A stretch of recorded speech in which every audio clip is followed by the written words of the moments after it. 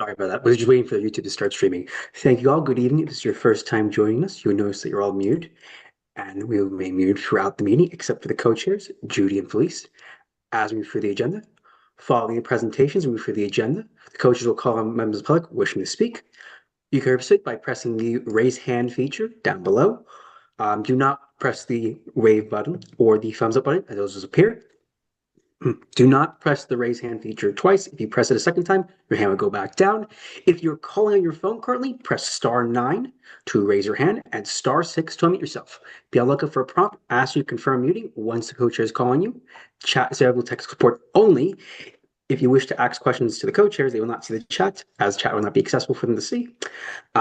If you are using an older version of Zoom, you may need to go to the participants section and press raise hand feature there, or go to more where the raise hand feature may also be there. If you're using an older version of Zoom, you look at those prompts. If you plan to speak during the meeting, please make sure to rename your first and last name for our records. And please not raise your actual hand or wave at the screen. I was able to see you. Tap me to tech support. Thank you, John. I'm Judy Schneider, co-chair of the Parks Committee. And I'm Felice Farber, the other co-chair of the Parks Committee. Okay, as everyone knows, Rupert Park is our main issue of the evening, and I think we'll start off with our Manhattan Borough Parks Commissioner, Tricia Shimamura, our former Parks Chair. Trish, it's all yours. Hi, everybody. Coming to you live outside of my doctor's office lobby. So apologies for being a little choppy if my video shuts off. But it's really good to see all of you. You already, I hope, know who I am, not because I'm of any importance, but because this is my board and this is my community. And before I lived on 72nd Street, I lived at 312 East 90th Street. So Rupert Park is very much my park. And I am very excited to come talk to you all tonight and introduce you our Deputy Commissioner for Capital Projects, Eric Borston. Beforehand, though, I just want to give you a little bit and kind of cut to the chase, so to speak, for a second. But we all know that Rupert Park has been a long time coming.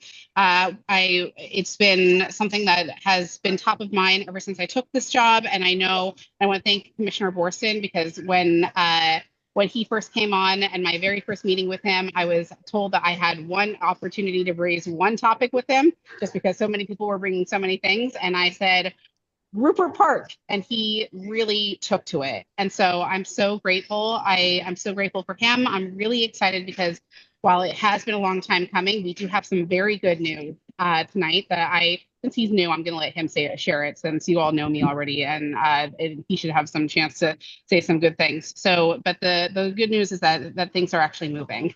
So, and we finally have some real mile markers in sight. I want to just say again that this park is a strange one for so many reasons. The slope, the way that it was designed, the lack of accessibility, the very, very mature trees, the fact that we have many different use groups using this park all at the same time, and the fact that we're in a district that just does not have enough park space, all make the stakes really high and just make a very complex situation. Also, not to complicate things further, but we actually have two capital projects going on here, which also just means that the coordination and the kind of moving both along at a pace that we as fast as possible has just all made it all the harder. But I'm really excited about the presentation that you're going to see tonight. Like I said, Commissioner Borston, I really appreciate you being here. Judy has already asked if she can ask other off-topic questions, and I said, as long as it's about parks, sure. But again, if there's anything that we can't answer tonight, my commitment to you, because you saw me just a few months ago, you all are my neighbors, many of you received my holiday card, you know where to find me. My commitment to you is that we will be back. I will come back for any answers that we don't have. We will come back to find the answers. This is not the agency that you should not have many contacts, many points of contact, and I know you do. I also want to just thank Sheena and Mike McLean and others, other parkies, and Steve Simon, other parkies whom you know very well, because they are also your points of contact for everyday things when you can't find me for whatever reason. But enough of talking from me. I think what I'm going to do is pass it over to our Commissioner Borston, who is relatively new, but thank you so much for being here. This is actually our first community board meeting that we're tag teaming, which is wonderful and exciting. And I would have it be with no other board than CB8. So this is good. So I'll pass it over to you, Commissioner. Thank you very much, Commissioner. I really do appreciate the introduction and, of course, your collaboration and teamwork. I think, I'm okay with you bringing a second issue to my attention now after all this time. That's probably okay. Eric, we're having trouble hearing you. Can you speak slower and louder? Yes, I'll speak louder and probably a little bit slower, and I apologize for that. I'm on a laptop. I can't promise that the technology is all it's cracked up to be. And I was just speaking to my team as we were preparing for this, how much I miss the days when we could do this in person and we could all be together and look at drawings and have a interchange. Please let me know if at any point the audio drops out or if I begin to mumble, and I don't mind, some cues along that lines. I want to thank, Judy and Felice, co-chairs, for inviting us to join you this evening and to present the design for Rupert Park. I'm joined with a few of my colleagues from the Parks Department. And Alex, I think if you're here, hopefully you are, and Siobhan, we have a presentation to share with you. And with that queuing up, I'll just go back and explain. My name is Eric Borston. I'm the Deputy Commissioner for Capital Projects at Parks. This is my first year in that role. I came over previously from the Department of Design and Construction, where I had spent a good many of years. So I'm very familiar with the capital design and construction process. I'm familiar with project delivery in New York City. And I'm very pleased to be part of a great Parks Department team, including all the staff at the Olmsted Center, our wonderful borough commissioners, and very happy to be here tonight with my teammates to share this project with you. This is Alex Zervos, who is the project manager for the job, who's probably about to tell us that we don't have the PowerPoint. Alex, no, we do. I just was given access right now, so I'm opening it up right now. Great. No, here we go. So there we go. Hopefully everyone sees this. Okay. It should be up. There we go. Yeah, I can see it. I hope everyone else can too. So of course, we're here this evening to discuss the Rupert Park project. I'm going to be presumptuous and explain some of the things about your park to you that you already know better than I do, but that's sort of the presentation. So I'll run through this. As Commissioner Sheila Morris said, we're actually talking about two capital projects on the same parcel, the $8.9 million public park renovation and the $4.5 million public restroom building. And as you'll see in a few moments as I go through this, how those two projects work together and how the schedule works. So moving to schedule, as you all know, this project is a long time coming, and truthfully, it's been delayed. I think that's common knowledge. I don't want to point fingers or explain exactly what went wrong and where, but I'm very pleased to say that we've overcome the major scheduling impediment that we faced in delivering this project or bringing this project to you, which was the SWIP review process. And I don't know if everyone is familiar with that particular acronym. It stands for Stormwater Pollution Protection Plan. It's a relatively new requirement here in New York City, though it's been around for a good long time within the state and elsewhere in the country. It's administered by the Department of Environmental Protection, DEP, which functions in this case as a regulatory agency to which the Parks Department submits drawings and plans for their review. It deals with how stormwater falls on the site and what happens to it after it falls, whether it is drained off through grading to storm sewers into the city municipal sewer system, or in fact, what the SWIP requires is that the stormwater that lands on the parcel remain on site and be absorbed and mitigated on site. It's not a difficult thing to design or to build, though there is a cost. But as we've learned over this past year, it's a very difficult thing to regulate. And we're working very well with DEP, at least since I've joined the team, but those conversations have been ongoing for a long time, to try to improve their throughput, their review process, their resources. They are resource constrained, we're resource constrained. And I think in this initial period of time, as we've been going through SWIP, learning how to work with them, learning how to submit better documents to them that they can review more efficiently, we're seeing tremendous improvements in the timeline.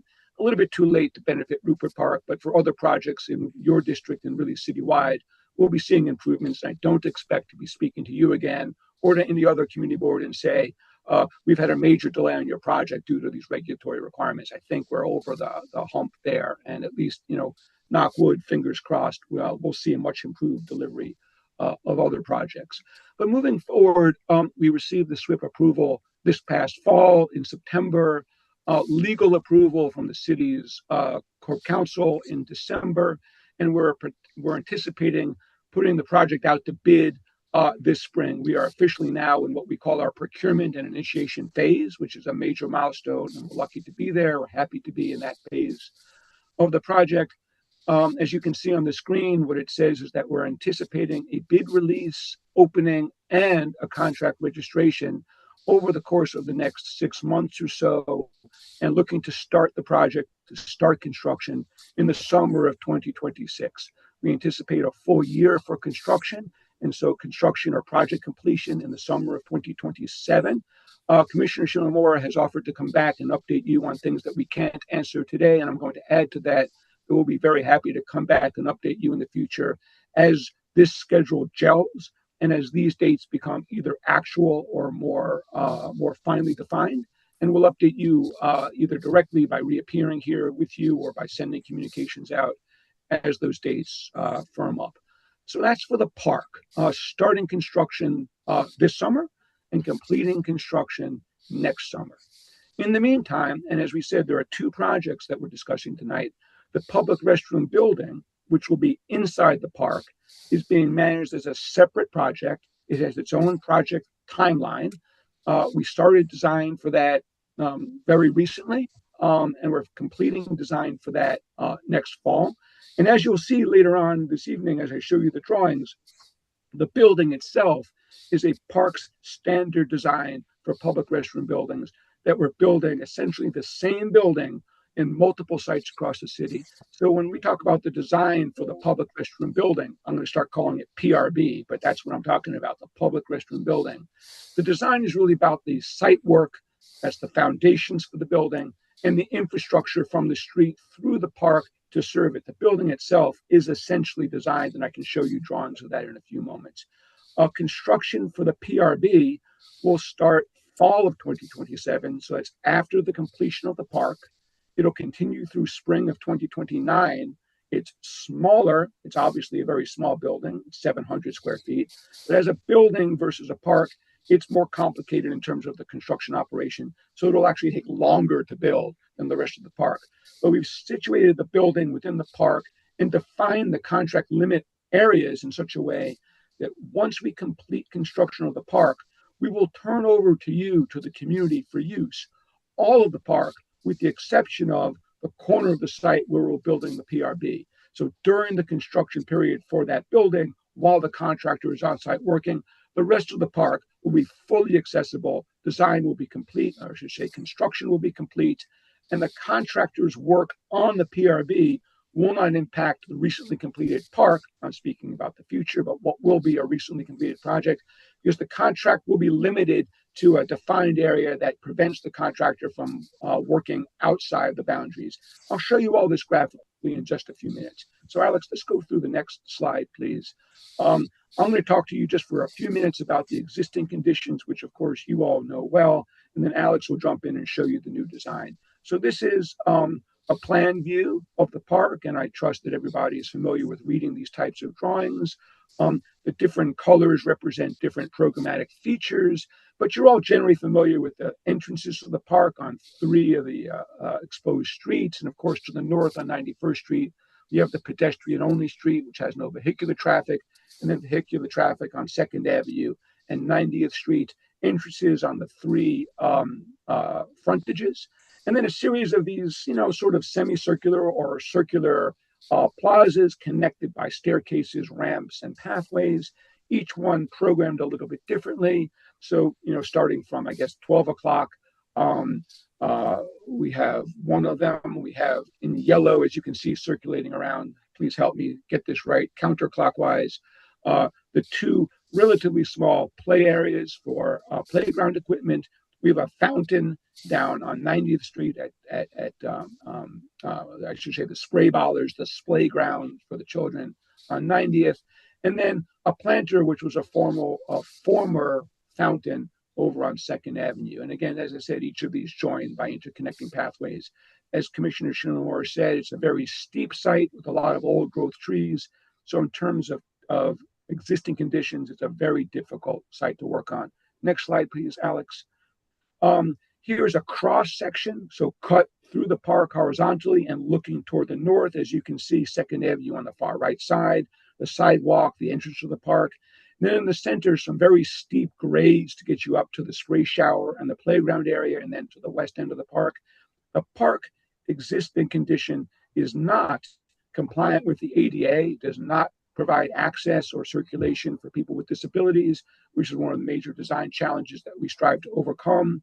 It obviously doesn't comply with what I referred to earlier, the SWIP for the stormwater retention system. So a lot of fundamental programmatic changes driven by codes and other requirements. But then, of course, your program. So let's go to the next slide, please, Alex. And here again, what you can see is a lot of hard surfaces, a lot of brick and concrete, and a lot of staircases and stepped plazas and platforms as you work your way up the site. Next slide, please. Another view looking from the top down at this central concrete planter. The antiquated play equipment, with by today's standards, is undersized, a little bit worn, a little bit out of date. Next slide.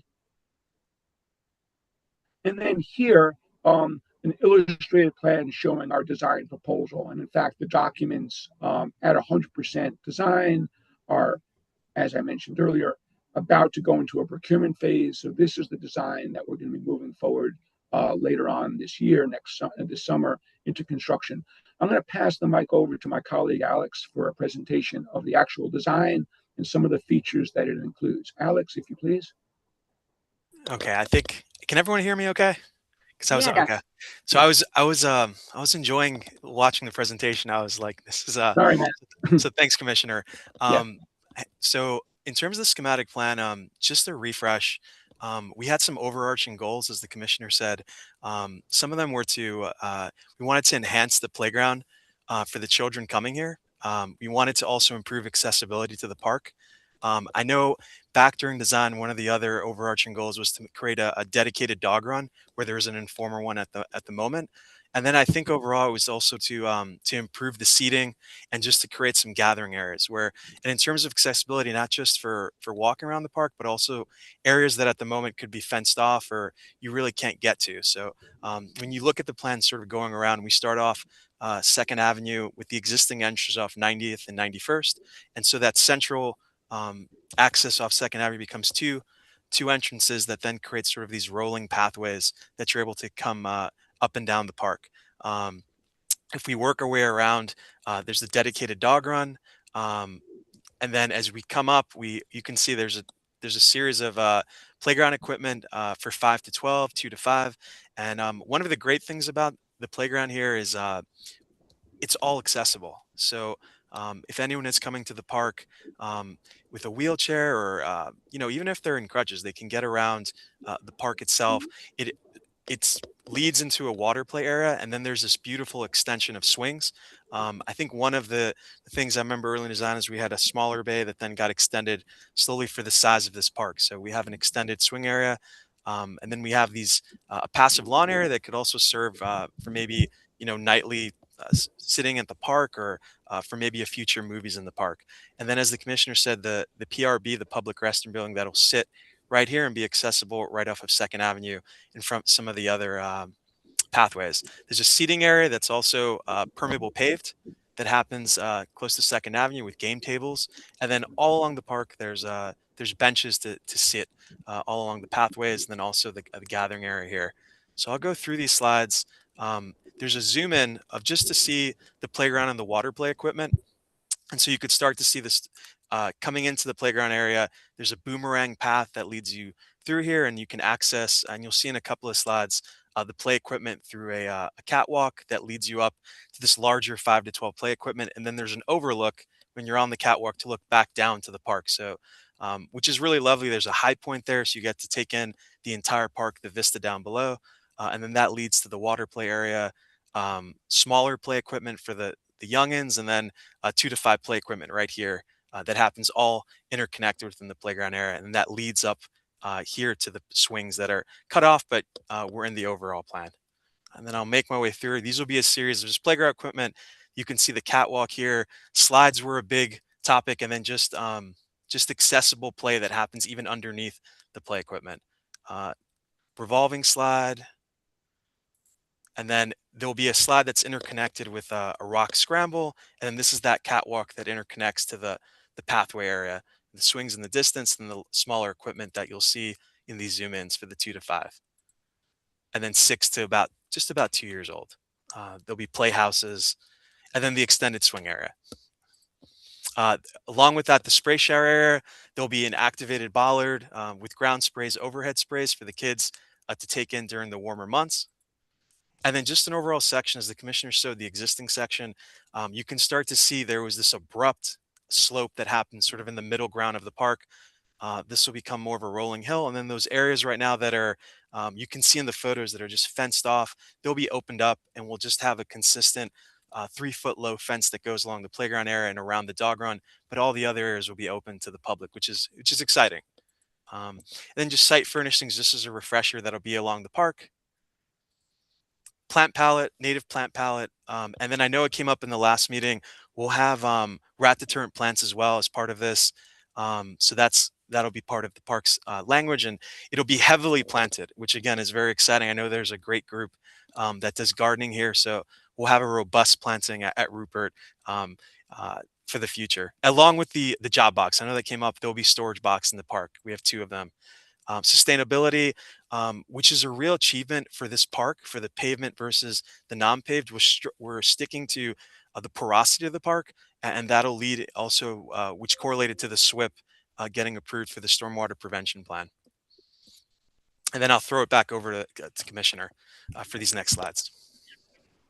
Thank you, Alex. I see a couple of hands going up, so we'll just finish the presentation quickly and then come back for your questions. So this is a rendering of the typical new Parks Department public restroom building. What you're seeing is roughly a 30 by 20 foot structure, 1 story, clad in a glazed CMU material. You can see this version, which we're rendering in a green and a gray. This is a building that we've been building in a couple of locations, ramping up to build more and more of these. There's some bills passed by council in the prior administration to try to look across the entire city, look at the dearth of public restrooms, not only within our parks, but in public spaces throughout, and then ramp out a much greater number of these things over time. So we are actually in compliance with those provisions, and we're working very hard to actually get out ahead of it. We're looking at a number of innovative procurement methods to build this type of building in as many parks as we can. And we're happy to be doing it here at Rupert. Next slide, please, Alex. So here again is the site plan for the design of the park. And if you can notice the bottom right-hand corner and the southeast corner of the park, there's a red dashed line defining an area around the PRB construction. So as I had said earlier, this is the area that the contractor who will be procured separately from the contractor who will build the park. That second contractor will be required to work within this area, but only within this area during the construction phase of the PRB. And as you can see, the site, other than the building itself, is heavily wooded, and there's some grass areas within. So when the contract is done with the building, they will, of course, restore any plantings or any pavings that they've impacted while they're doing the work. But during the course of this project, while we're building the PRB, as you can see, the rest of the park, once it's open to the public, stays open. And, the disruption, obviously construction is noisy, will not spill out into the park. It'll be contained within this smaller area for the duration of that project. So that's why we're not so concerned with doing this in two consecutive phases as opposed to a single construction phase. Next slide, please, Alex. So this is a floor plan of the public restroom building.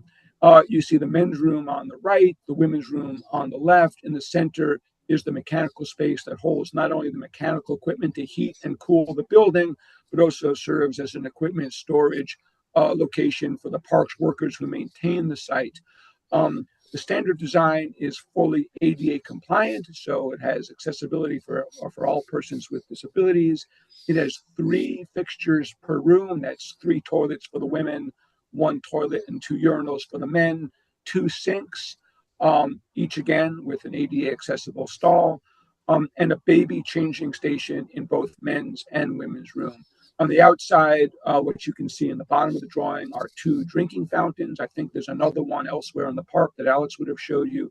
There's a pair of them mounted to the face of the building here as well. Next slide, please. And here's a rendering of that front facade where you can see those drinking fountains. The doors to the center with our Parks Leaf logo is to that mechanical space for staff access only. And then the men's room and the women's room doorways to the side. What you see above the doors are transom windows to provide some natural light inside the rooms, and then lighting fixtures mounted to the face of the building around the perimeter. Next slide, please. And within our standard palette, you can see the ground face polished concrete block in a few different colors on the left. The buildings will have a green roof in compliance with local codes. Hollow middle doors and windows. There'll be accessible aluminum signage throughout the building. The drinking fountains you can see bottom right-hand corner, and some exterior wall packs for lighting. Next slide, please. Oh, well, there we go. That was the presentation. We can easily go back and show you anything that you'd like to go back again. And we'd like to answer your questions. I just want to go back and say before we do that, one of the really wonderful features about this park that I'm very proud of, and Alex spoke to this, is that when we came to the site and saw that one of the challenges was the steepness of the site and the sharp grading from the low to the high, the design that we have for you takes advantage of that as it takes that grade change in the children's play area and integrates it into the catwalks and the slides that Alex showed you. So where the park is steep in some areas, the children can actually access that through accessible routes and play equipment to take advantage of that change in height. It's quite a fun feature, and I'm just happy that was worked out. I want to make sure that was pointed out. Retaining almost all the trees. I think there might have been a few removals, but very, very few. So we worked the design out without impacting the existing tree growth. A tremendous improvement in site permeability. So when I mentioned that SWIP approval process, what we were presenting to the DEP was a plan that takes a mostly impermeable surface where all the concrete pathways currently are, replacing them with a mixture of permeable pavement and increased planting areas to increase stormwater retention. And then, as you saw, we'll go back again if you'd like to see it, a much expanded a palette of play equipment, swings, and other features for the children. So that's our presentation. That's our design. I see a lot of hands. And John, I don't know how you want to handle this. I can only see a small number of people at once. But we'll answer your questions as best we can.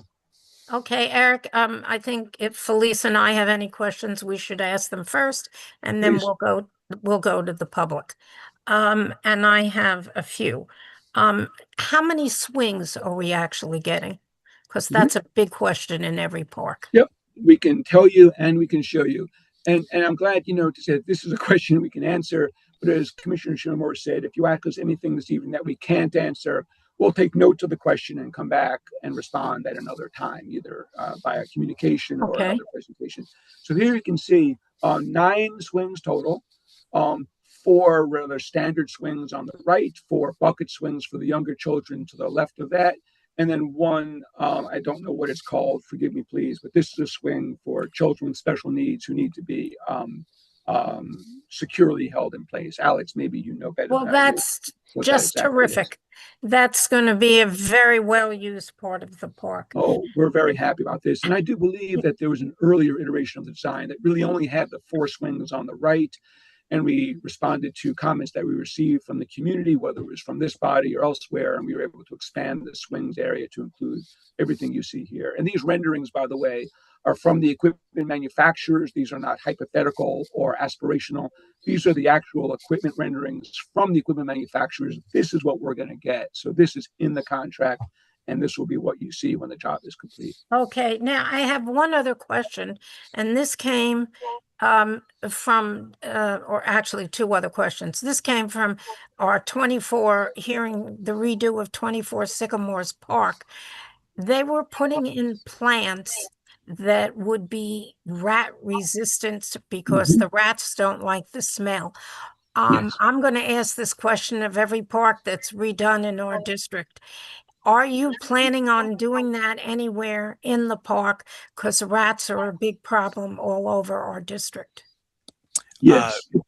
We are. Okay. We'll have rat deterrent planting throughout the park, including catmint, which is nepeta, and some other plantings. But additionally, we'll have plants that are, you know, fragrantly, just like the catmint, it'll be all over the park. We have a Great. robust planting here throughout the park. Great. That's just terrific. Now, if you can go to the public restrooms, rest building, if you go to the drawing of, that's the building. Are those the two men's and ladies' doors there? Yeah, on the left-hand Well, then side. could you go to the drawing of the interior of the building?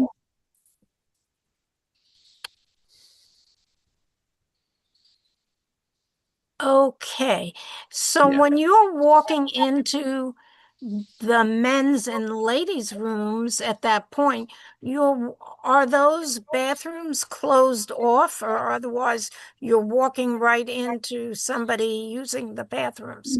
You're walking right in. Those doors are, when the building is open for use, those buildings are in an open position. You can see them shown swinging 180 degrees around and kind of nesting into a recess.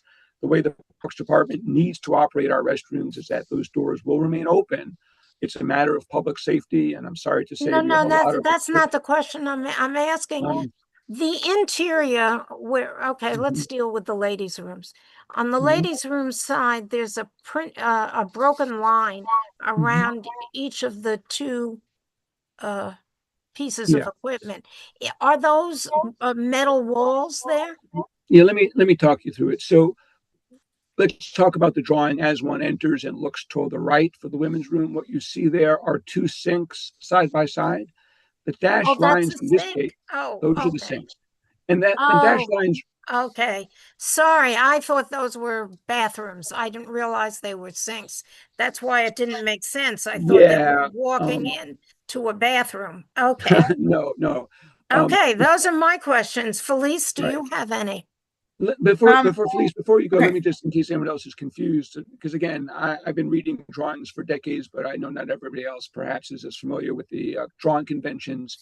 The first two fixtures you see when you enter the either men's or women are sinks. In the women's side, you see then two standard stalls for toilets. There are solid stainless steel partitions around each. And this is typical, with a door that the occupant closes. And then at the back of the room is the handicapped accessible ADA compliant stall, which is obviously much larger, wheelchair accessible with a door. And then the baby changing station is back at the front of the room on the left-hand side in the women's room.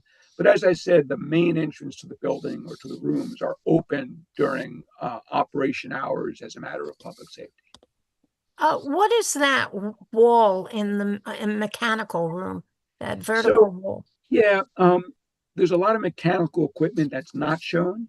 And then there's a lot of equipment that the park's workers use. They have lockers and storage bins. And that wall, it's the freestanding partitions, concrete block, is simply there to back up lockers and storage bins too, as a means of organizing the space. It doesn't really serve any function in terms of separating the space. But we found that by providing that wall, it's a dedicated location for equipment and lockers. And actually, they come in with all kinds of hooks and clasps that they mount to that wall. So it's there really to facilitate the operations for the park workers. Well, that's great. Thank you for explaining that drawing. Okay, I'm done. Felice, do you have anything? I do, just a couple of questions. I want to thank you for the presentation. We're thrilled to see this project finally move forward. You know, it has been a long road coming, as everybody knows. Yes. The planting looks really terrific. I'm glad to hear, as you mentioned, that we'll use planting that is not attractive to rats and hopefully does Right. deter them. Will there be, as part of this, an irrigation system? I know one of the issues now when things are planted in the park, it seems like they die immediately Yeah. because they don't get watered. Um, so is that something that's built in as part of the park? Yes. Alex, do you? Okay. Yes, we'll have there's a full series of irrigation plans that are part of this project. Since we're investing so much in not just the park and the plants, but just overall, there will be a brand new irrigation system as part of this contract. That when the park is open, it'll be there already. It'll be part of this project. Mhm. Great. And you said, Great. so there are lawn areas, so that means part of the maintenance of the park will be mowing the lawn and keeping that Mhm. in good condition. So we have the planting areas and then the lawn areas that are in there. We have them as synthetic turf so that they won't need to be mowed, etc. They'll have a longer life to them throughout there within the passive lawn areas and the dog run area. Okay, and then is the dog run area going to be fenced? Yes, it'll have Okay, so there'll be it's and I apologize, it's not in this presentation, but it was in the design presentation from the past. There'll be all the fencing will in the park will kind of I shouldn't say disappear. It's going to go away. There'll be a 4-foot fence around the dog run, and then there'll be a 3-foot fence along the playground area and the swing area. But then all those planting areas will be open, so there won't be fencing anymore because the paths are ADA accessible, and they're not really ramps. They're within range where we don't have railings, etc. So there won't be Mhm. all these series of rails and etc. happening inside the park. So that should so be Still, it'll sort of open up more vistas within the park. and so still there'll be walkways. no fencing around the exterior of the park? There'll be fencing around the exterior, but Oh, okay, internally, the dog run will have a fence. It'll have a 4-foot fence around it, got it. which is standard. It's standard for a Uh, dog run here. Okay, Mhm. terrific. Okay, Thank you. You're welcome. Felice, you brought up a major question, fencing. I forgot about that on the exterior. Are we keeping the same height fencing we have now? We have proposed in this one, the fencing is going to 4 feet, I believe, around the perimeter of the park. The exterior, that means that, well, we've had this over and over with every park presentation. A 4-foot high fence allows for people to come in and sleep in the park at night and become a homeless place. And we really would prefer a higher fence. I know the last Parks Commissioner before the prior one, Mhm. Mr. Silver, Commissioner Mhm. Silver set that up. But it really here in the city, I don't know, maybe other boroughs, it's more practical. But I strongly would suggest at least a 6 to 8, maybe 8-foot fence. I don't know how high the fence is that exists now. We'll take that under consideration. It's very Yeah, difficult to make changes to the design at this point, and we have shown these plans at various iterations throughout the design process. But then again, we're substantially behind schedule, so I don't feel that that's a valid statement to make at this forum. Commissioner Shimura, let's anything like that, we'll take notes and we'll reconvene offline first to discuss the practicality of things like that, and then we'll come back and come back and discuss it. sure. Okay, I hope you can hear me okay. I just wanted to, emphasize, definitely can take it back, but I also just want to flag that we're on the cusp of the procurement phase.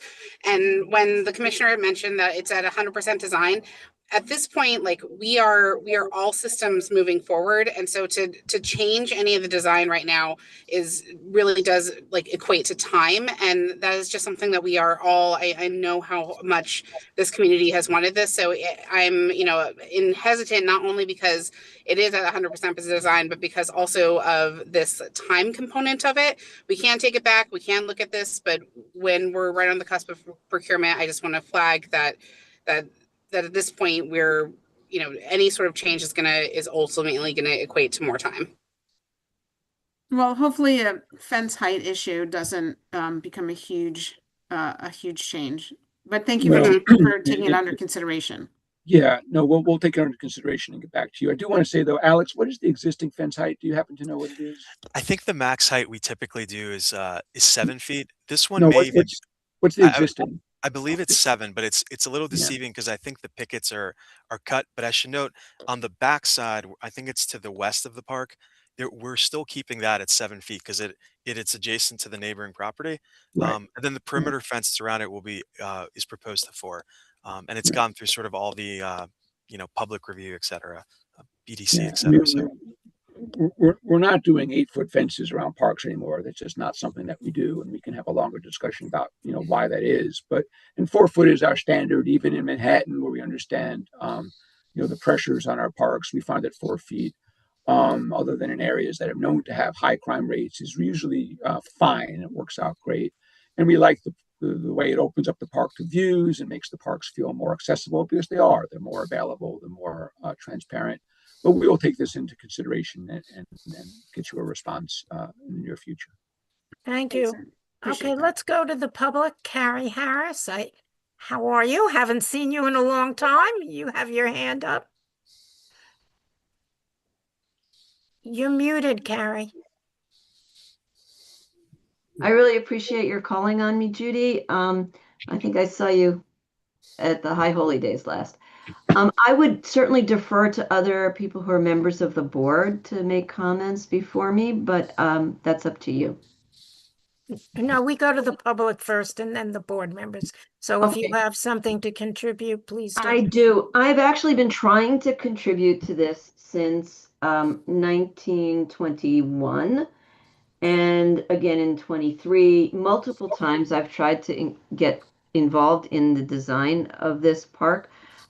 I need to say that I feel that at least until this meeting, and even this meeting have not been well publicized. The only diagram I ever saw about the park design was during like at the end of during COVID or the end of COVID. And even then, I had concerns about it. I've communicated many of my concerns to Judy. Um, I've contacted the city council person and the Parks Department about it. I am really heartened by the accessibility that you've provided here on the design. I think that's wonderful, and the new equipment for kids is really exciting. I don't have little kids. I now have little grandchildren who once in a while visit, and I'm sure they will enjoy it. I am really distressed, however, about the dog run. And if you could go back to that slide, I'd like to propose an alternative that would not cost you anything as I can see. Um, I'm an adult. I'm now during the course of this process. I've aged, and I now am considered a senior. I have been reading more and more that seniors need to be outdoors and they need to exercise. There is a senior community. There are adults who like to exercise, and then seniors who also like to. And there's no provision for active seniors or active adults in this park. I appreciate that you can't satisfy everybody, every constituency's needs, but I do think it's possible for a minor redesign of this to meet the needs of adults, and particularly speaking for myself as a senior, by putting a recreation area where the dog run is, something that would have like a deck with mats on it, or even just a level space where I could bring my yoga mat, people could do Tai Chi.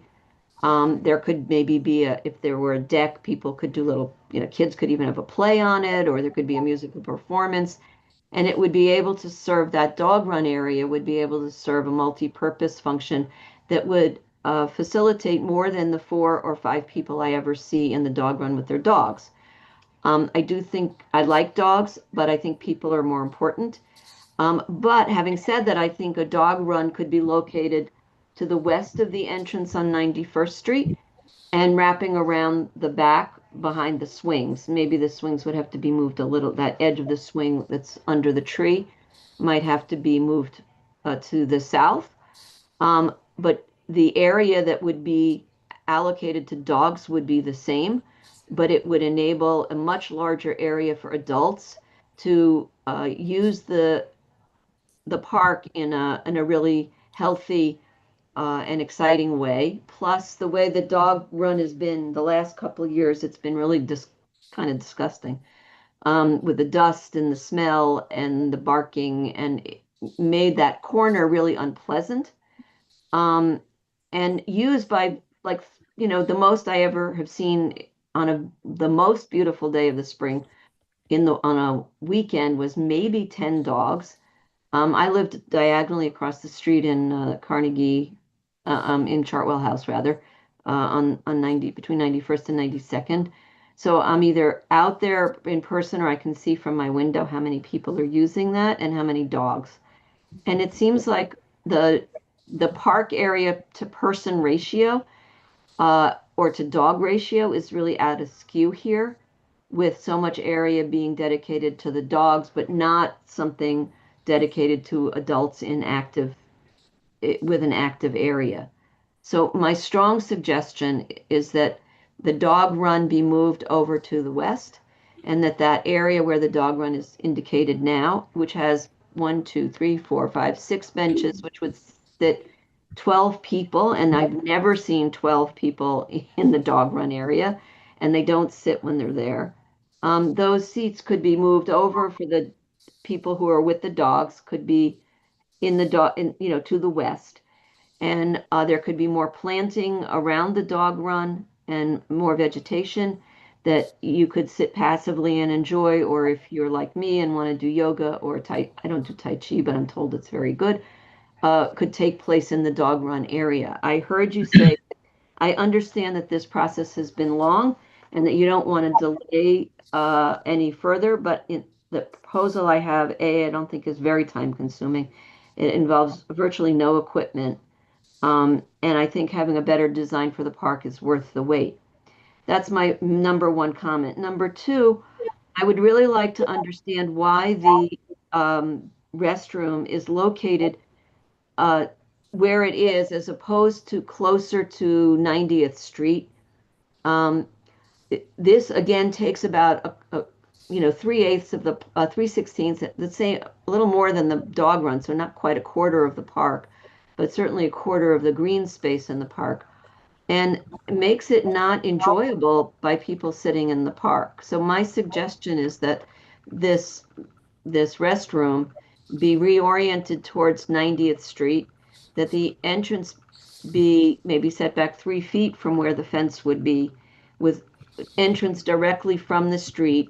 If it's imperative that there be entrance only directly from the park, which somebody told me might be an issue, then have the entrance have it be on the corner of this landscaped area, perpendicular to 90th Street. That would enable people who are in that seating area, that is wonderful that you have permeable surfaces.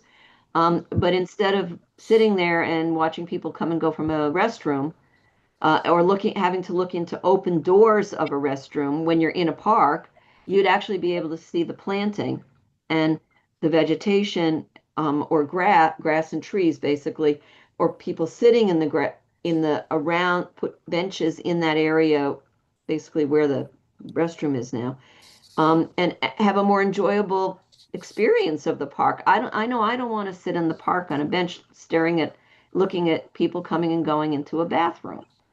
And that would also give more accessibility. If I believe there was a wonderful volunteer group that was helping to maintain the park and doing plantings. I heard a presentation, I think, in the spring of, maybe it was 24, maybe it was last spring. A wonderful group of, I think, related to the mosque. I just was beautiful, the care that they were taking, planting daffodils for the spring and so on. But the way it is now, there's no area for that. If the restroom were moved closer to 90th Street, that area below the path could be used for planting and maybe a community garden or something much more inviting than a bathroom. Since that work on the bathroom has not commenced, I think we still have an opportunity to relocate it away from that path that's welcome to the park, here's your bathroom. It's just not inviting. So those are my two major suggestions. I think it's wonderful that finally this is off the ground. I know you've all put a huge amount of work into it, especially, the Parks Department I hear your passion. I think that in the end, delaying it even a few months, even 6 months, is worth it to make it really great and not to settle for something that could be so much better with the cost and the dedication that you have. Thank you, Carrie. Appreciate your comments. Next person with their hand up is Meredith Weber. We'll go through the members of the public and then the board members. Hi, thank you so much, Felice, for calling on me. It's really great to be here, and I do want to thank this group again for all of your support of the dog run. I am representing the Upper East Side Dog Collective, and we're thrilled that the designs ultimately of Rupert Park included the dog space. I do want to respond to some of the comments that Carrie made. I'm at the dog park twice a day, every day with my dog, and there's a very vibrant and regularly ongoing community of people who use that space for their dogs and really rely on it. It's not just for dogs, it's also for people. There's a community that has been built around the dog park. We work with the Muslim Volunteers for New York to make sure that it's maintained and that it's beautified on a regular basis. So, to us, it's really a lifeline to have that space. We agree that right now it is very dusty and very dirty and very smelly. And that's why my question actually was, do you have more details about the design of the dog park area? I think there was a lot of details shared about the playground. But I'm curious, like, if you have more information about like the surface of the dog park, the benches, any like water that might, but is there more information that you could share on the design of the dog park? And is there an opportunity for the Upper East Side Dog Collective to work with you on that? So thanks for your comments. I remember during design the passion to include a dog run, and I know the informal dog runs in that location. I can tell you that in the dedicated dog run, we'll have the World's Fair benches across there. There'll be concrete pads with two gates to come in and out, so the dogs, dogs and dog users aren't sort of colliding at the entrance of the dog area. And then we have synthetic turf specially designed for the dogs, for the pets. And then inside of there will be mounds similar to Madison Square Park, where there'll be rolling mounds inside of there for the dogs to run up and down inside of the dog run area. So there'll be undulating mounds inside. I believe two of them that the dogs go up and down inside the dog run area. And then overall, there'll be trash receptacles, and then there'll be a bottle filler that'll have bottle filler for bottles, and then also a bowl for the dogs underneath. Thank you. Next up is Fran Bernstein.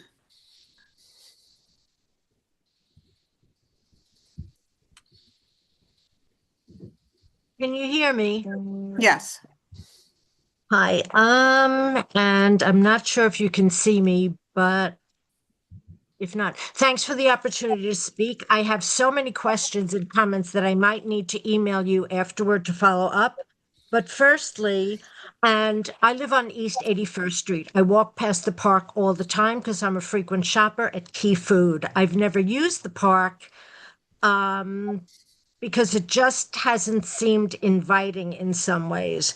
So I do agree with Ms. Schneider. I think the existing fencing should be maintained because, number one, why rip it out and replace it with other fencing? That it would save time and money to just maybe scrape and repaint them. And I do agree that there's a security issue. So that's comment number one. Let me just kind of do a verbal dump of everything that I was thinking about. Number two, water use, since we're so concerned about sustainability and doing the right thing, et cetera. Number one, I'm wondering if drip irrigation will be used rather than sprinklers. Number two, I'm wondering why synthetic turf is being used, because to me, it traps water. Maybe there's a process for ventilation, but it can grow mildew. I've seen, stinky plastic grass and also microplastics. So that's fencing, synthetic turf. Number three, the paths. Some people are perfectly mobile in terms of their walking, but they might need railings for some assistance and stability. So I wonder if there's any provision for that. And those are my most important things. I understand that the plants will be native. I wonder if you're also considering drought resistant plants. And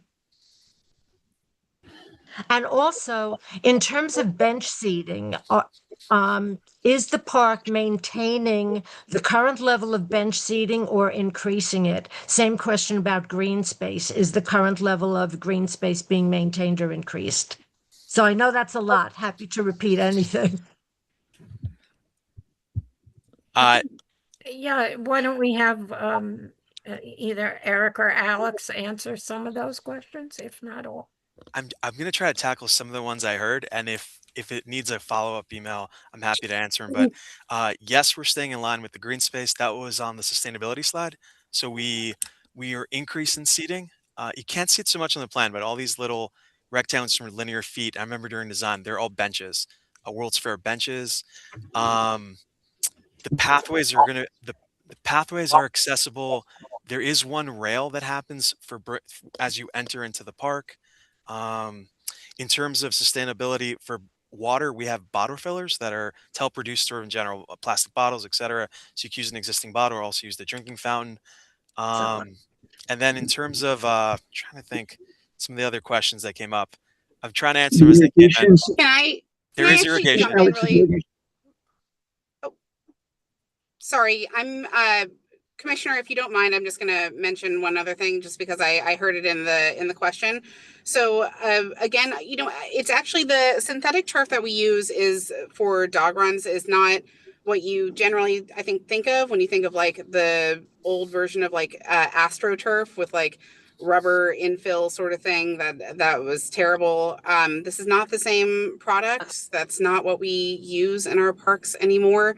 And this is actually a like product that has tend to become like the creme de la creme of dog run preference. You see it. The commissioner mentioned this. You see it at Riverside. You see it at Madison Square Park. We're going to see it soon at Washington Square Park. This is where you have conservancies that are actually like funding these types of renovations on dog runs, and this is what they want to see because it does have no dust. There is a drainage to it, so it doesn't kind of like sit like urine and other things like that don't sit on top. They do drain underneath, and it tends to be softer and just kinder on dogs' feet. I'm not a dog owner, but that's what I hear. So again, this was what was approved, but also I was, even when I was listening to this, I forgot myself that this was synthetic turf going in here, because that is truly I'm pleasantly surprised to hear that, because that is kind of the creme de la creme when it comes to dog run materials. You either have mulch, you have gravel, you have concrete, or you have synthetic turf. And by far, this is just generally the best option. I'll pass it back over, and I just want to apologize again. I'm going to be going off screen just because I have to run to another appointment, but I'm still listening in, and Max Goodstein, my Deputy Chief of Staff, is still listening in. Thank you, and I'll pass it back over to Commissioner Borston. Thank you. Thanks, Tricia. Should we move on to Vinit Akolkar? And I apologize if I'm pronouncing your name incorrectly.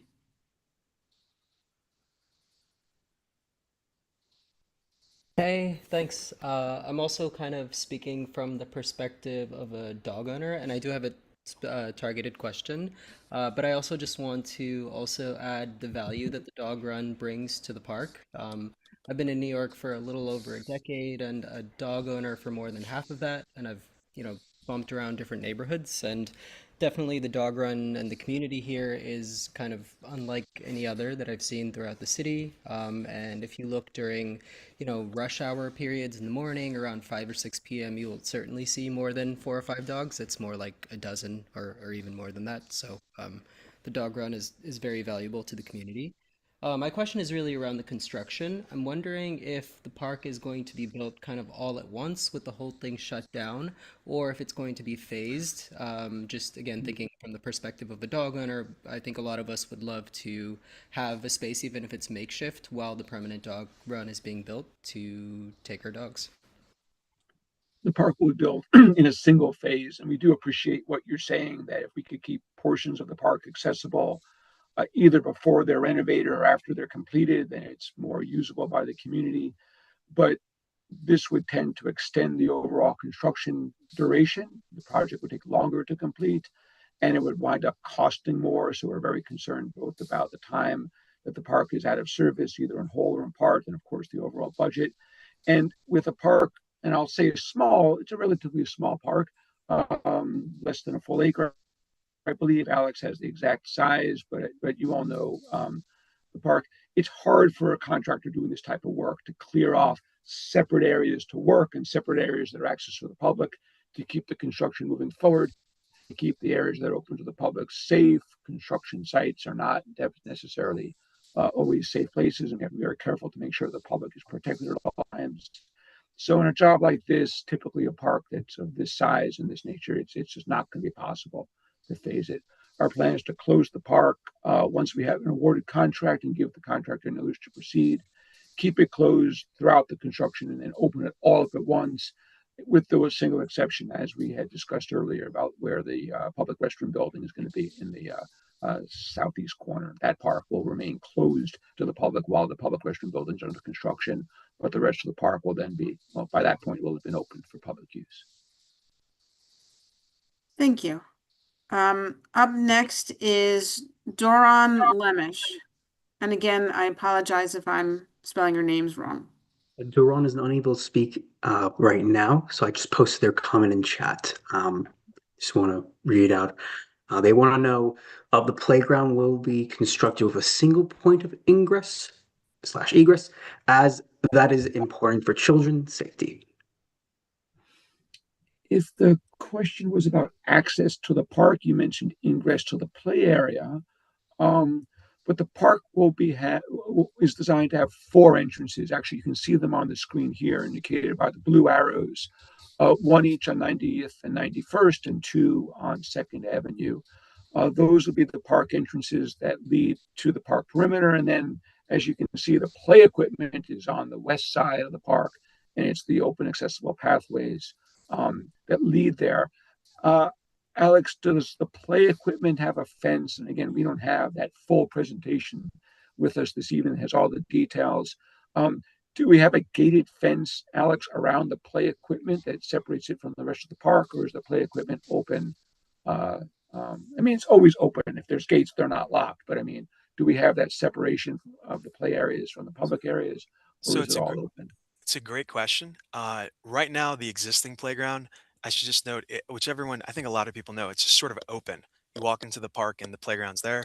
What we'll have with the new playground is there'll be a dedicated gate that it will happen here into the playground Mhm. area. So when you enter the park, there'll be a low fence into a gate into the playground, just for extra security for the Yeah, kids and their families in the playground. So yeah, to answer their that's right. question, you won't be spilling into the park and just walking into the playground area, as it is currently right now. You just kind of flow into Right. it. And you'll see that. Yeah, exactly. Thank you, Alex. I mean, I should have known that. This is typical for our parks design these days. At the park itself, and someone mentioned Commissioner Silver with his Parks Without Borders. We tend to make the entrances of the park as open as possible, but we provide a secure perimeter around the play equipment so that parents can control, where their kids are going, and also to keep people to help deter people who shouldn't be there. Does I that, appreciate. Sorry to interrupt. Sure. Sorry, I'm able to talk now because my children finally went to sleep. My question, which I expressed inelegantly, is the entrance to the play area. Will there be only one point of entry within to the playground area, or two? Because I have two children that are very young and they run around, and I can't keep, track of everybody all the time. So if there's only one entrance, it makes life a lot easier and a lot, I don't have to worry about sight lines. So for example, if I'm on the playground on 96th and 5th, there's only one point of entry. So I know if I sit there, they can play around and I don't have to worry about where they're going. But if there's two different points of entry to the playground and they're not direct sight lines, it becomes a lot more cumbersome and not as relaxing. That's my primary concern. Yeah, I sympathize. I have 3 kids and I sympathize with that. We have one entrance that'll happen. Forgive me if I'm pronouncing your name, Doran. We have Yeah. one entrance that'll happen on 90th Street, and there's a secondary one on because of the expanse of the park. It's almost 200 feet going across from one end to the other. There's a secondary one for the swing area that happens here. So there'll be one on one end, and there'll be another one happening here. But everything in between will not have a gate. So if Okay. the children are playing within the 5 and 12 and 2 to 5, you'll be able to monitor them at the one gate here, and then if they're off on near 91st, the swing area, they'll have an opportunity here to enter off 91st. So there's only 2 points, but that's within the entire stretch of that playground area going from one end, from the north and south of the park. So it should be a good opportunity just to keep your eye, everyone to keep their eye on their children. And the benches are situated in a way that you have an opportunity to sort of sit and also monitor them. So they'll be on this arc here, within the backdrop of this area here, right here. So you're sort of keep your eyes on the children at all times. Thank you. You're welcome. Next up is Lo Vandervalk.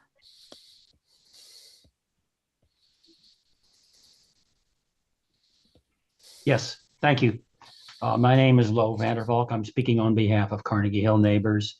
This park is not in Carnegie Hill, but it's just bordering it because we end at 3rd Avenue. But the people are very familiar with the park because when they walk to restaurants on 2nd Avenue and there's a lot of traffic, everybody is aware of that park. That park is very important to the residents in this area, and that includes many people in Carnegie Hill. But having said that, I just want to make several comments. This is a small, as the commissioner mentioned, Mr. Bornstein.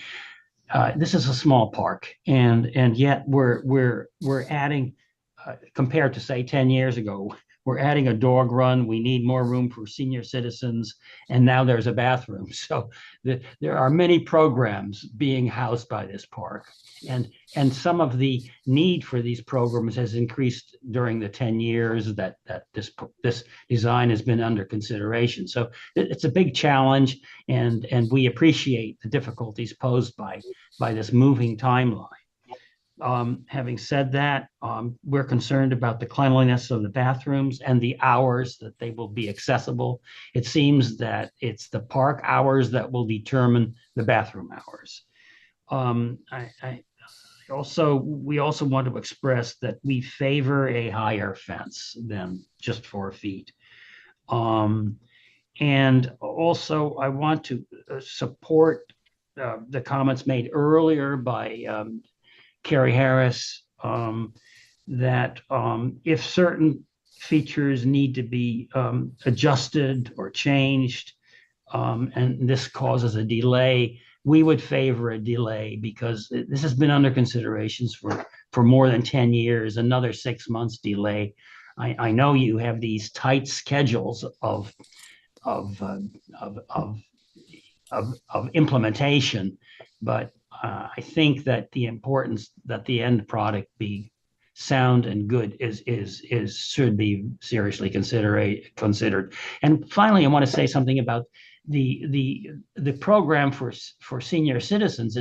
It seems that the emphasis on outdoor space for senior citizens has increased in these last 10 years. But it seems that the program doesn't allow for enough space for senior citizens. Dogs are more important than senior citizens, and we've got a big senior citizen population. I'm one of them. I want to say, but I generally don't use parks. I do my exercise elsewhere, but not in gyms. I do it on sidewalks by walking and so forth. But I think that Tai Chi is becoming. We sponsor Tai Chi, and it's very popular. People want it and like it. So there should be space available for yoga and Tai Chi in this park. So thank you very much for taking these comments into account. Yeah. Thanks, Lo. Rita? Hi. First of all, thank you. Thank you for this park. I've lived here for 50 years, overlooking the park, and this is the first time that I can see that it really is a community usage. Tai Chi, incidentally, Lo, is just where you meet at a certain place at a certain time, and there's plenty of places in this park to meet and do Tai Chi, where there is concrete, or even when children are in school. The one concern that I have is the height of the fence around the park. We already have James Cagney Place with benches that abut this park on 91st Street. And we know there's the people, and there is a bike lane on 91st Street, and people are sleeping on the benches. It will be much more comfortable to sleep in the park because there's no traffic. So please, please, please look at making the fence around the park larger, taller. Number one. Number two, as part of the construction, the sidewalk on 90th Street between 2nd and 3rd Avenue, it's not actually 2nd because during the subway restoration, the sidewalk in front of the park is pristine. However, just as you turn the corner on 90th Street, on the north side of the street, the sidewalk is treacherous. Is this part of having the park construction is to fix the sidewalk? Yes, No? it is. It is, Rita. I was gonna say first, it's good to see you, Rita. And yes, the entire sidewalk along 90th Street, including the Tree Pits expansion, is part of this project. So we'll be reconstructing all of 90th Street. 2nd Avenue and 91st are in great shape, but 90th Street is in need of a total reconstruction, along with the tree pits that are along there. So that's going to be part of our project. Treacherous. And now, in being honest, Eric, is your father's name Harvey? Eric Poissy? Yes. Borston. Is your father's name Harvey? No, but if you know someone else with my last name, I'd love to meet them. There are very few of us. So And many. I don't know a Harvey, but it could be a cousin. You never know. Thank you. Thank you for what you have done. Thank you for making this a viable piece of land for the community. It is long overdue. I have overlooked this park, and I mean overlook. I'm not 4 blocks away. I am right across the street. I see the park. I can tell you what time dogs are in the park. They have now taken over the center part of the park. It is now known as the dog park. Thank you for giving this park back to the community. Thank you. Thank And you so before much. Our we go pleasure. on, I just want to thank Rita for being so active over all of these years and bringing the park to the, not only to CB8's attention, but her and David to the Parks Department's attention. So we thank you, Rita, for all of your hard work. Well, part of that was raising $8.9 million or $8 million from Ben Kalos and $4 from Julie Menon. You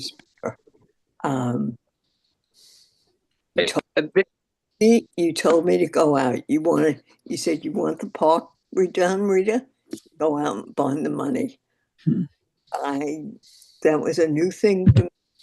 I did what you told me to do. I think it is a fantastic change, and for everybody. Their children right now can't play. If they're over 5, they can't play in the park. Pigeons are another problem, but that's not the Parks Department. Thank you, Judy, for spearheading this, and police. You have made a significant change in our community. Dogs come and go from the park. We know that they live because during the pandemic, for 2 years, the park was closed. And the dogs managed to exist. And they will during this construction. Thank you, thank you, thank you. Thank you, Rita. And just to emphasize, the height of the fence surrounding the park has been something that we've requested in every presentation on the design and kind of moving forward. So do appreciate you taking another look at that. Up next is, oh, go ahead, sorry. No, just acknowledging that we've heard you loud and clear, and we'll take a look at that. Oh, I appreciate that. Hey, Felice. Yep. This is Max from the Parks Department. Hey, sorry I joined late. I was just at another community board meeting. Max Goodstein, Deputy Chief of Staff for Parks of Manhattan. Some of you guys know me. I'm a landscape architect and an arborist by training. I know some of you. I just want to reply to Lo really quickly from Carnegie Hill Neighbors. First off, Lo, thank you for all that you guys do at Park Avenue. Park Avenue looks spectacular. But I want to reply to a direct point about cleanliness at the park. This restroom that we will be putting in at the park is going to help tremendously towards that. I'm sure, as you know, when we have a public restroom building in our park, we can actually station staff members in that restroom, and they will clean the park from that restroom. So that will be huge for the cleanliness of this park. Just wanted to mention that. Thank you. That's very helpful to know. Next up is Miranda Livingston.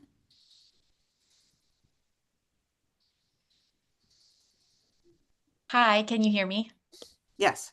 Hi, my name is Miranda Livingston. I'm actually a journalist. I write for Patch. I cover the Upper East Side, so some of you may know me. But I have a question about the delay leading up to finally the redesign of the park. Could someone from the Parks Department talk a little bit more about specifically why there was a delay and what has gotten out of the way to allow this to move forward? Money. Miranda, we could coordinate with our press office and make a formal statement to the press if you'd like. We could arrange that. Early in the presentation, I mentioned that our principal cause of delay were some regulatory approvals that proved to be very difficult to obtain. I would just like to leave it at that for the evening, and then we could schedule a more direct conversation if we'd like to talk about other things that impact the city's ability to deliver capital projects such as this. It's not news to anyone on this call that it's a very long, lengthy process to get any project through the procurement and regulatory landscape that we live in. This project has some special circumstances that contributed to an extended delay, and I'll leave it at that for now. But for the most part, it was the regulatory approvals that were very, very lengthy and very impactful in setting this project back. Okay, thank you. Thanks. Up next is Aaron Birnbaum.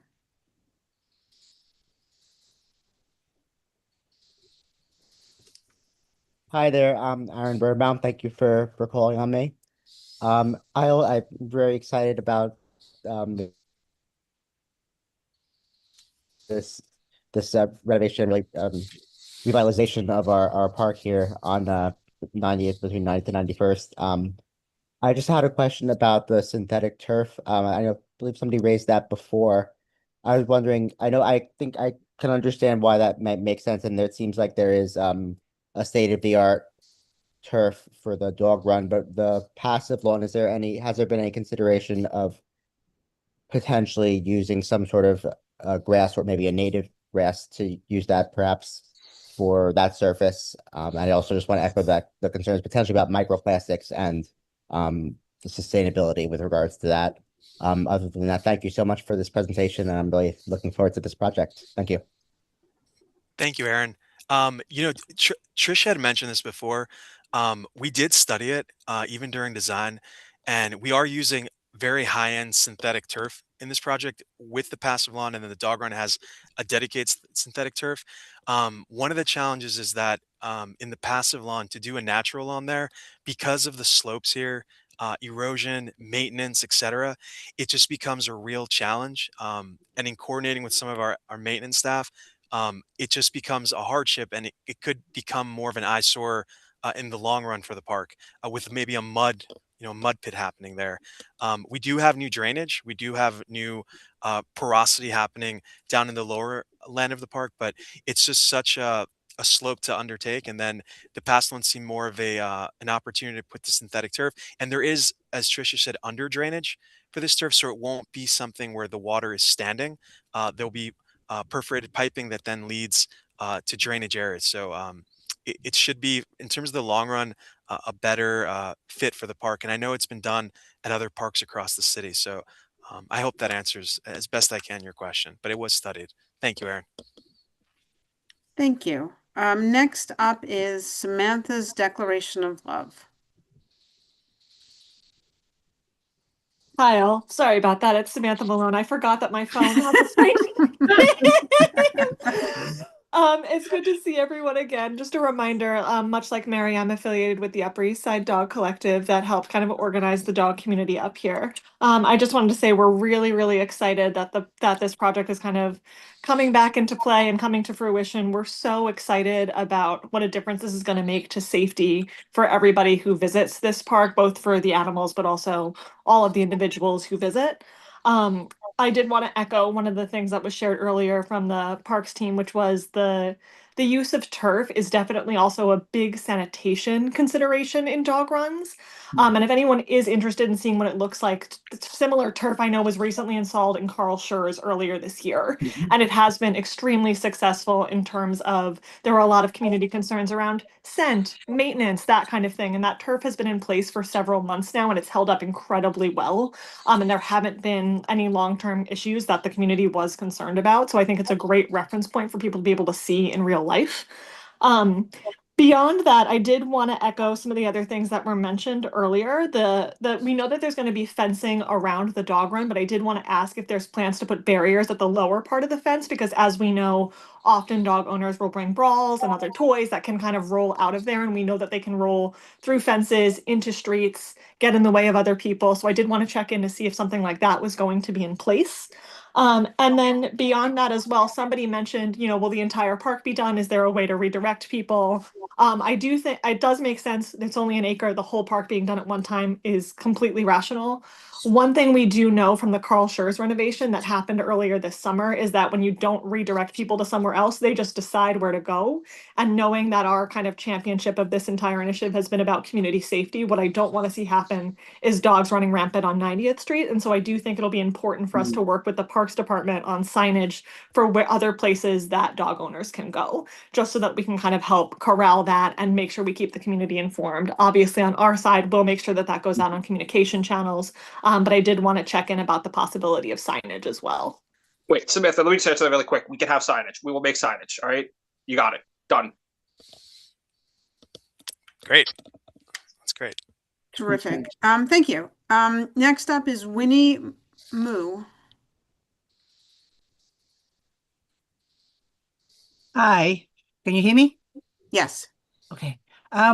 Few things. On the bathroom, I noticed it about the children change area is near the door. So does it provide a privacy? Because when the time someone opened the door and the person is changing the diaper on the kids, it's open, exposed to the outside element. So that's one question.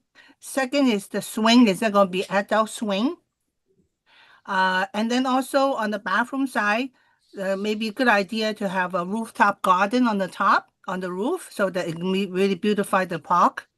And the third one, about in terms of the map of the dog park, I always wondering whether they should be located on the up of the hill. So that way, because the dog is some of them are very restless and they really run a lot, really run really fast. And on that corner, sometimes I stand there, I'm like, wow, this is really, I know they're having a lot of fun, but if they move them up to the up of the park and it's really able to give them more exercise as well. And one other question I have to ask, since we have park people here, the atrium park, the open area on the Normandy side, how come all this time since COVID is still not open? And that is the area that for our senior, we could go there for Tai Chi. That area opens up. And I just wondering, since you're here, I ask that question as well. Thank you. Winnie, could you repeat? It was Atrium Park that you mentioned that's still closed? The open area and the atrium on 95th and 2nd Avenue, the open area, is supposed to be a public park. They have not opened since COVID. Okay, Max and Alex, let's go find out what's going on there and see if we can provide an answer to that question. I'm not familiar with the site. It would be a great place for Tai Chi, for a group of people doing exercise. Yeah. Okay, we'll see what we can find out. Okay. We're up Tony and then Natalia Castro. Hi. I'm Tony. I would like to say that I think the park that y'all have for the future park is so small. It should be bigger for the dog park. There's a lot of dog people around. There's many, many dogs, and probably a lot more will come once they renovate it. So maybe we should build not a bathroom, but a bigger dog park. Okay. Thank you, Tony. You're welcome. Next up is Natalia. Hello, my name is Natalia Castro, and let me just start by saying my fiance was born and raised, grew up his whole life on 92nd and 2nd, and we just moved back here because this is where this is the community we want to start our family in, and we're very happy to be here, and Rupert Park has many great memories for him, and now we're creating them here. So thank you guys so much for all of your work. I think the design looks fantastic. We're dog owners, and the dog park is truly a phenomenal community. It is great to go out there after work and see so many people and their pups. So thank you guys for prioritizing that and making it look so nice. We're really excited about everything. The one question I had is as it relates to the farmers market that's there on Sundays. For people who go to the farmers market, sometimes go to the park, hang out, eat, stuff like that. I was just curious if there are going to be spaces where, like on Sundays, people can kind of utilize in the park, specifically for like coming out of the farmers market. And then during the kind of construction phase, when the park isn't open, if that will impact the farmers market at all, if you guys know about that. I can't speak during construction, but I know during design that the area to the near 2nd Avenue that's labeled as seating area, it's designed to be sort of an open area for sort of a flex space to do what's needed, so it can be used for during or after the farmers market. And I know there is the farmers market here. I imagine during construction it still could be operational, but I would leave it to our group who is more familiar with it to make that response to the group I'd hate to give an answer that's not feasible for what's going to be happening here. Max, did you want to add something? Can I add something before Max? Sure. The farmers market group will be coming on the 26th. That's when we hear all the sidewalk street things. And I'm not sure that this is a permanent location for the farmers market. And if they, certainly I'll bring this up at the meeting, and if they know that the entire park is under construction, they might want to look for a different location during that time. So we'll get back to parks and to the community on that issue. Yeah, I just want to add, we work so closely with the Green Market folks, and we definitely will work with them on this. Maybe there's an alternate location or somewhere else. But Natalia, I just want to say, if you live close by, you sound like a great candidate that wants to volunteer at this park once we build it. Please stay in touch with us, and you and your family are more than welcome to volunteer here. Please, we need volunteers. Just wanted to add that. Thank you. So I think we've gone through all the public members. So let's go to Sahar, who got a great shout out earlier for all the hard work of the Muslim volunteers of New York. So thank you for all that you do for the park, Sahar. Go ahead.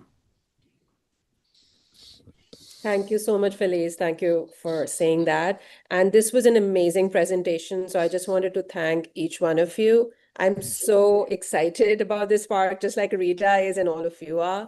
I just had a few questions. And as Felice mentioned, I'm part of Muslim Volunteers for New York as well. So just wanted to understand some of the logistical stuff for like kind of using this park more for the neighbors when, when projects are being done. So like right now, there can't be, a puppet mobile cannot come in for the kids if one of those projects wants to be done here. Would that be a possibility? And where would that be? Or even having a concert, where would which space would be big enough to accommodate that, or a movie? Because these were the options that have been considered over and over. But the space, like the way the park is right now, it wasn't possible to do so. So I was just wondering, where could we have like a movie screening, for instance, where there's enough space and screen can be put up? Is there anywhere? And I have a few questions. So shall I let you answer this first and then Eric, ask the other ones? Maybe go through the full range of questions and we'll answer them as best we can. Okay, so the other question I had, and I know I heard many people kind of asking similar ones, was about the restroom and also the park itself. Would it be closed? Because I'm also as apprehensive as everyone else about the height of the, the railing or the like fencing around, because I know it's definitely, as Alex was mentioning, it's definitely 7 feet or even beyond. It's definitely much taller than me. So if that is reduced, people can walk in or just jump in. What about so are there any timings when it is going to be closed up? And also the restrooms, will they be closed up? Because that would be something that like people would be attracted to. So kind of wanted to understand. And then also, if we can just see the restroom picture for a minute, I just wanted to understand where the window or any, ventilation is. I'm sure there are, but I can't understand. Is it at those black ones? Is that the ventilation throughout? Okay. Okay. Okay. And last, sorry, Eric. Last one, because you told me to ask all of them. The last question is, I heard about the Joe Box. And I know that this building that we're looking at right now, the center area is for keeping equipment. And there are like many tables and chairs that the organization uses. Would those be accommodated in here as well? Or the Joe Box would be sitting somewhere else? That's it. 4 questions. Okay, see if we can get them all. So the mechanical space, the room you see here in the center, is for the park's workers' maintenance use. It's not intended to store equipment that the community might have. Alex, do we have another provision for tables and chairs that the community has of their own property? We'll have, I can only speak to, we have 2 Joe boxes here for any gardening equipment or anything that the community might make. Max might be best to sort of explain if this is an opportunity to store anything in here, but I can only speak to the 2 Joe boxes are for any equipment needed for gardening, et cetera, that the community might need. So those will be Okay. here. And where are they, Alex? So if I may just say, so the stuff that I'm asking about, and at the moment that is sitting in that shed, are like the tables and the chairs that are brought out to do those projects. So these are like, I know they don't fit in a Joe box. These are bigger items, and they sit in there. So would that come in here as well? Like just the stuff sitting right now, would that just transfer here? No, I can speak to that. No, Hi, so Peter. on the good evening.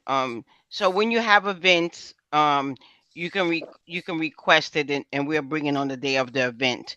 But the mechanical room is already going to be overcrowded with all of that, and so there will only be enough space to house the staff that's going to be assigned there, along with with all any of the equipment that's needed to clean and maintain the bathrooms.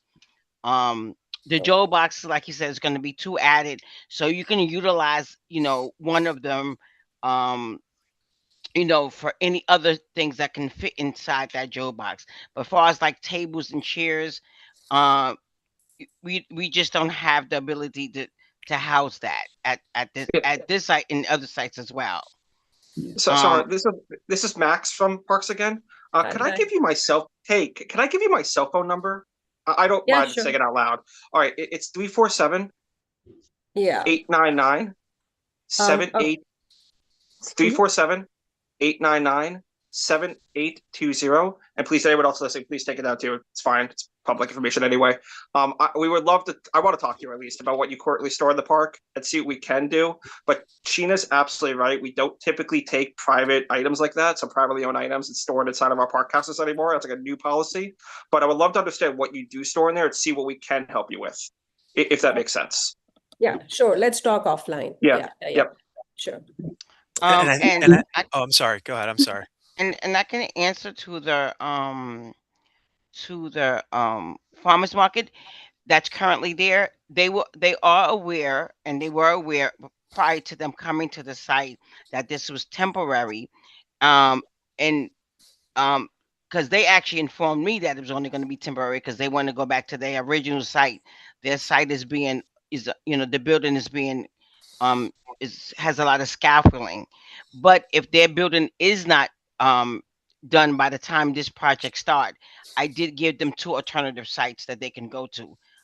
We don't typically have a farmers market in the area that we're when we do capital projects. Okay, thank you. Were there, Eric, did you have other things? I think he was, answering other questions. Yeah, there are a few questions about the restroom building. There are windows around the perimeter, but they're high up. They're not at eye level. They're above the doors to provide natural light inside. Those are, in this rendering, the kind of the black or dark gray rectangles that you see working around the perimeter. The doors will be open when the park is open, and the doors will be locked and closed when the park is closed. So there's no access to the bathroom after hours. There was also a question earlier about privacy if someone's using the baby changing tables. And again, as a matter of public safety, when the park is open and the restroom is available, the doors will be open and then closed after hours and locked for security. So that's the way we operate our restrooms within parks. And what are the timing? Is it 8 when it closes? Dawn to dusk, right, Max? Yes, no. So exactly. Well, so Sheena, so basically it changes by the season sometimes, but let Sheena answer this, but just know that there will be a staff member assigned to that building. So we'll get locked at the proper time. All right. Right. Yeah. There's standard restroom hours throughout for all of the city parks bathrooms. And it changes in the high season. And so I'll give you the time frame. From October to like March, The restrooms close around 5 to 6 o'clock, and between 4 and 5. Let me say that, between 4 and 5, and then in the high season they close by 7, which Yeah. starts in usually is that Memorial Day? Yes, Memorial Day is in May, right? Mhm. Yes, and Memorial Day weekend we keep them open until 7 o'clock, and we And have Sarah, just staff be that go around to do so. And this site will be staffed by the district staff, district maintenance staff. Okay. And just notice when Sheena says around 7, it's because we have to have people actually close them and lock them, so we don't hit a button and all the doors close all of a sudden. So you might not see something close at like 7 p.m. sharp or 6 p.m. sharp. But please hold us accountable if we're not doing our job. And this is what community boards are for. And we tell this to people all across the city. Hold us accountable. All right. And you have my cell phone number. Please, if you see something wrong with this park when it's operating, call it. All right. Thank you. All right. Just the Yeah. last question that Eric, I think you were answering, the space where a movies can be shown, or concert can be done, like all of those elements that can be done for the neighbors, but needs a bigger space. Which one would it be in this that I see? The passive lawn, is it big enough Yeah, to well, I accommodate mean, that or not? I wouldn't advise that this is a park that's appropriate for large gatherings, concerts, public performances. I think smaller gatherings are fine. I'm having rough time sort of giving you a size or an estimate. This is not a park by intention that was anticipated as having a large open area where one could have events of that scale. I think that you could easily show a film on the passive lawn. Someone would have to come with a screen, someone with the projector. Of course, those are not facilities that the Parks Department provides. But the hill on the passive lawn is actually a nice amphitheater that would provide sight lines and comfortable seating for people. We discussed how it is going to be treated with synthetic turf toppings, so that's actually quite comfortable. But this is not the park that we're going to have public performances in on a regular basis. There's no programming anticipated. And typically parks aren't designed for vehicular access. Maintenance vehicles are smaller gators. Yes, but the larger trucks, I think you mentioned Muppet Mobile. I'm not sure I know the exactly Muppet what that Mobile, is. the one But that Parks it, provides. That's Yeah. the one I'm oh, talking well, about. Yeah, then I'm Max can talking speak about to the all of public those things, programming. even the Yeah, concerts. I'm not talking about yeah, the big concerts, sure. but the smaller ones that are already done in the back rotunda that's already Yeah. there in the current park. So I was just wondering if those spaces, and to have a screen up and have things for the neighbors so that it can be used Yeah. more, it would have that space, right? So you're saying that in the middle. In the The things that we're doing right now, we would have yeah, those spaces to do, like the smaller concerts, not like huge ones, but no, the not smaller huge ones. ones. Well, Like Just just for the neighbors. as you've heard throughout the evening, the demands on this park are great. The demands of the community are numerous, and we've tried to accommodate as many things as we can with the play equipment, with the public restroom building, which was a very, very strongly requested item, the dog run. What we don't have, and I think it's fair to say, in your current park, you have a large central space that's open. We looked at some Yeah. photographs earlier. That has been largely transformed through plantings and amenities to provide more programming, to provide more planting areas. So I don't know that there's a space in the current design once it's constructed that you will find is as big as what's there now. But the spaces are all going to be very different. The children's play areas and the spray shower area is an open space. There's the passive seating area. There's the to the east, we described a seating area with tables and chairs and benches. And all of those areas are available to be used in a variety of ways. You can see the seating area there and the passive lawn in the center. Plus, what's not labeled but is available for use are all the what you see rendered in a kind of a speckled gray here. The pathways and interconnecting spaces that lead to them are all spaces where people will find ways to do activities. I'd like to call your attention where it says swings on the top left-hand side of the drawing. There's a very nice space just to the right of that. You can see a series of curvilinear benches. Well, the standard benches are arranged in a curvilinear fashion and a green planted area adjacent to it. And these areas are actually larger than they may appear, and there's lots of spaces where things can occur. I'd be hesitant to say that programming that you currently have there now would easily transform to this space. I simply don't have enough information about that, but perhaps Max, you do. But I think what we're seeing here is a different way to program a park where there's much more thought to specific activities that were requested by the communities and fitting them in within the existing tree canopy, within the existing grading to make it all work. What we don't have is what you currently have is a large central opening with basically nothing in it that can be transformed to a number of different uses, such as you suggest. I don't think that was what was intended when we developed this design. Alex, you may want to speak to that a bit as well, but I think that's important to note. Yeah. Okay. Thank you, Eric.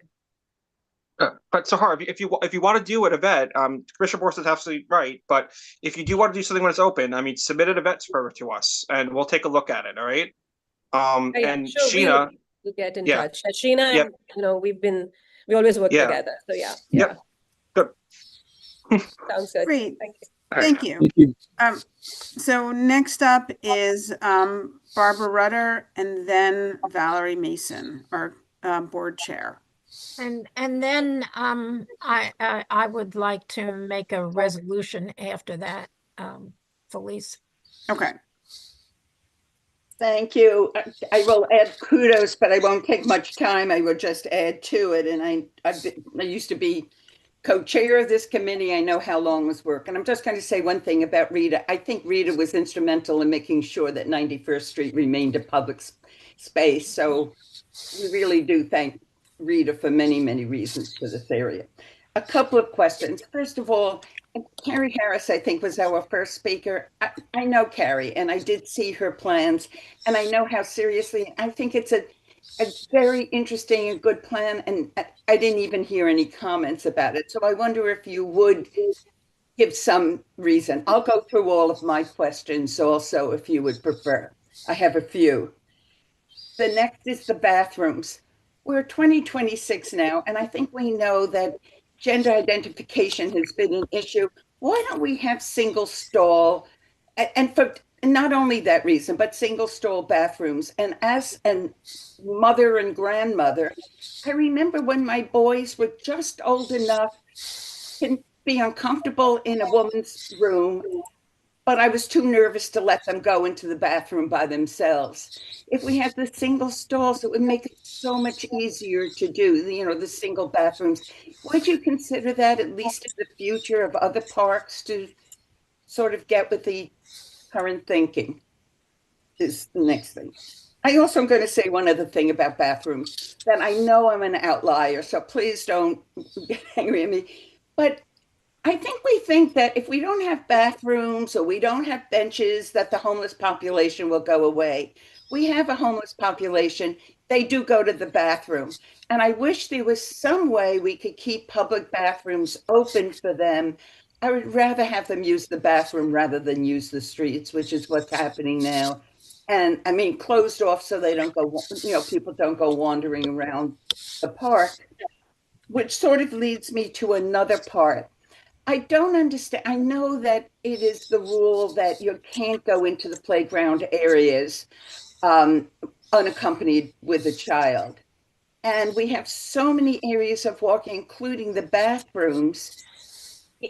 Is it protected? Are those fences you're talking about around the playground to keep people out who don't have children? So that will be another one of my questions. And the other comment about the areas, I look at it and maybe you'll say it's much closer than that. But when you have multiple children, they have multiple ages. And I remember having 30 kids in 3 different areas and not being able to keep track. But if they're close, like Carshers Park, the older kids area is right past the younger area. You could sort of stand in one place and see all of your kids. Are you able to do that now? Are you able to keep the track of kids that are in the 2 separate areas of the park? And another question is about the dog run. I really supported the dog run. I really heard, and I hear again today about the community and they want to do it. I not only go to courses at the 92nd Street Y, which is down the block, but also my gym is down the block that I go to. So several times a week, I'm walking from 3rd to 2nd Avenue along 91st Street. You can gag there. The smell is so horrible. Is it because dog owners don't pick up? Is it just that once they pick up, the smell is still there? I do hope nobody is saying there shouldn't be a dog run. I do hope that when I said I understood that they were going to be responsible, that in fact they do remain responsible. At this point, I will say that I cross Second Avenue. Ordinarily, I would walk along the park and walk to my street on 87th Street. I cross the street because I really can't take it. And if you're waiting for the bus there, it's really difficult to wait. So I hope that the dog owners, and I wonder what will be done in terms of supporting it.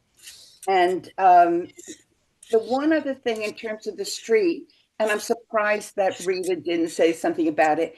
Second Avenue is extremely dark. I know it looks pretty and the trees are pretty. Is there any way we could put more lighting on that street? It really is very dark there, and I wonder if you could do something. I know that isn't parks, but I wonder if something could be done. I think those are my questions.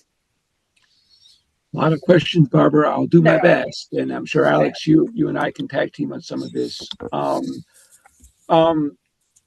I do want to say that I think it was Carrie who Carrie had Harris, right?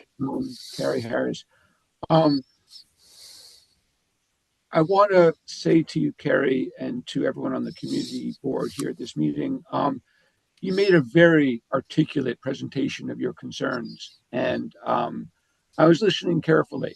I'm afraid that at this point in the process, it is not possible to consider alternatives to the design that we have.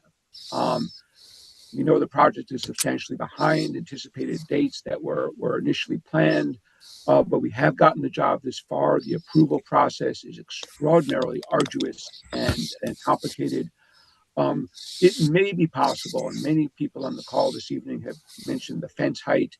That is a very, very simple change to make, but even that runs the risk of impacting the project and potentially causing delay, as documents that are complete and reviewed and approved need to be revised, resubmitted, and reapproved. So that's something that we think is diminuous in terms of our process and the impacts thereon. But even that is something that we're going to have to take into consideration before I can come back to this group and say that we were able to make a change to the fence height.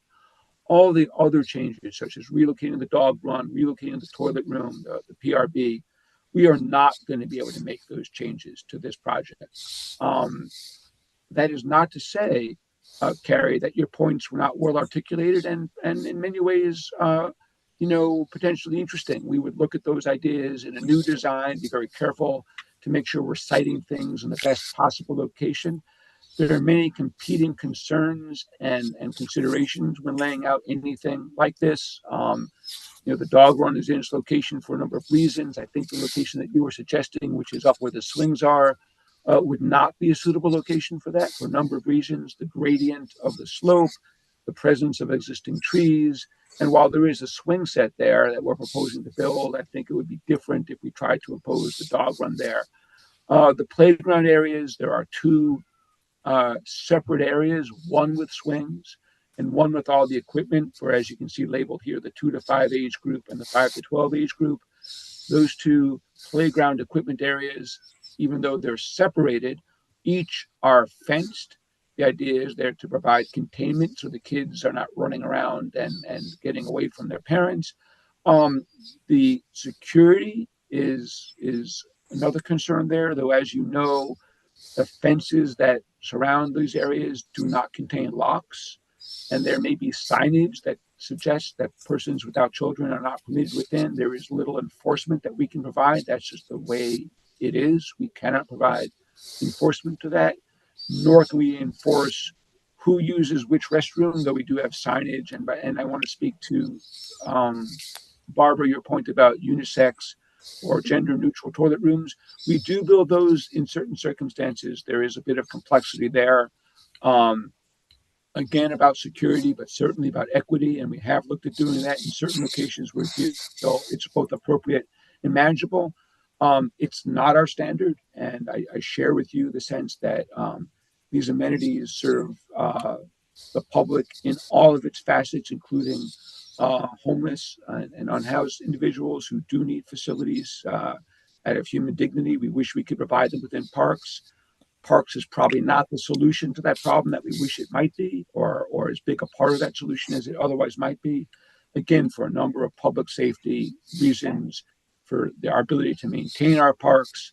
It's a complicated problem, and I'm happy to work with this committee and the entire administration as we begin to focus on ways to improve on the homelessness population within the city. It's not our mission primarily, but it's certainly part of our mission. Right. I understand. You know, we always wish we could do more. I'm trying to remember what your other questions were, but perhaps that can suffice for now. The dogs, about the dog run. Is there any way Right. of controlling it Well, more? It really is right. awful. So, you know, we heard from Sheena about how we have staff on site to maintain the park. But you also heard from many of your neighbors, the avid dog owners and the avid users of the dog run, who will be responsible for making sure that the dog run is maintained in a cleanly and orderly way. And I urge that group to, you know, organize and make sure that you have yourselves organized in a way to make sure the dog run does not fall into disrepair.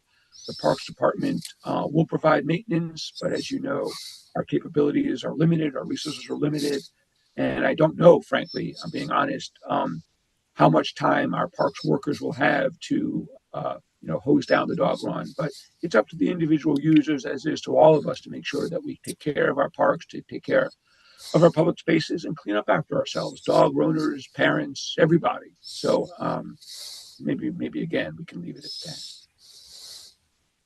And is there any way you can get a light on Second Avenue and make it brighter? Oh yes. You know, we are in conversations with DOT. They are aware of where they have dark patches on the streets, where they have spots where there's not sufficient illumination, and they have reached out to us, and we are looking at ways to collaborate that while we're doing construction, would it be possible to add some additional lighting to fill in some of those gaps? It's something we're open to. I don't think it's part of this design, but we can look into that and take a look. Again, if it's not part of this design, I don't want to suggest that it could be added at this point. As I said earlier, it's very, very difficult to make changes at this point, and something like adding street lighting would be well beyond our ability. But we'll certainly work with DOT to make sure that, you know, if they have plans to provide additional lighting, the last thing we want to do is build this park and build new sidewalks only to have them come and tear them up again. So at the very least, we'll work to make sure that we're coordinated in that regard. Thank you so much. Thank you. Valerie. Hi, everybody. I have a bunch of questions, but they kind of build on each other. So I guess I'm sensing Sahar's disappointment about the existing uses of the park. And before she made her comments, I was actually going to ask, like, if you compare the square footage of the quote unquote usable passive lawn versus the dog run versus the size of the square footage of the new bathroom, you know, which area is the largest?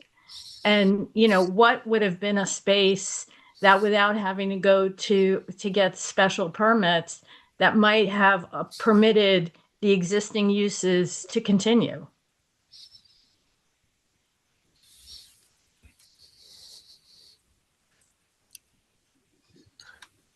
I don't know that we have an answer for you this evening on square footages of the areas you mentioned, or of a before and after comparison.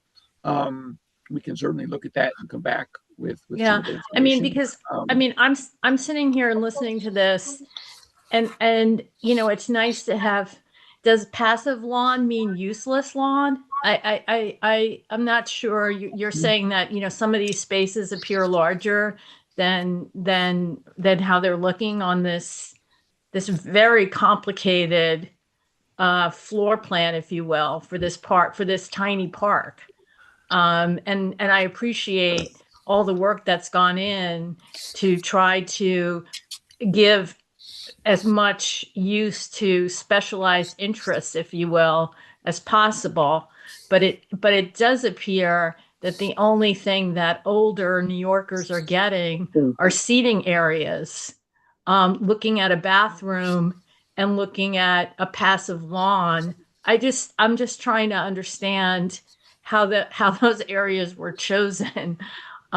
Because it frankly looks like the bathroom is in the best part of the park, and it's surrounded by all this great trees and lawn.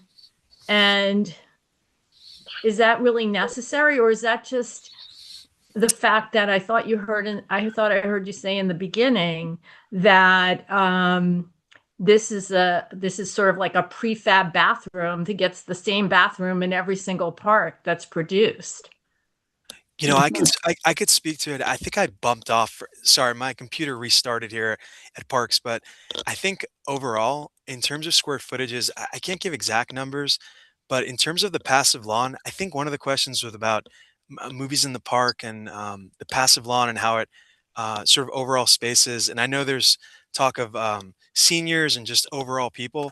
I think overall, what we strive to do is that we created all these paths that interconnect. The passive lawn, I believe, is about, I want to say roughly, I don't know if it's exact, but somewhere in the range of 800 to 1,000 square feet. Um, and the intent of it's that it sort of rolls into the path and extends into the pathway there. But also just to note that when you come off of 90th and 91st, those areas that have benches, those are expansive paved areas that you could still sit within. And so they become sort of flex spaces. I think when I've been to the park, I've seen people walking or gathering in areas. I've seen families there, the strollers, people chalking up the pavement. So the areas that sort of seem expansive, even near the swings that are here with the benches, these are additional areas to sort of create space to sit across from each other.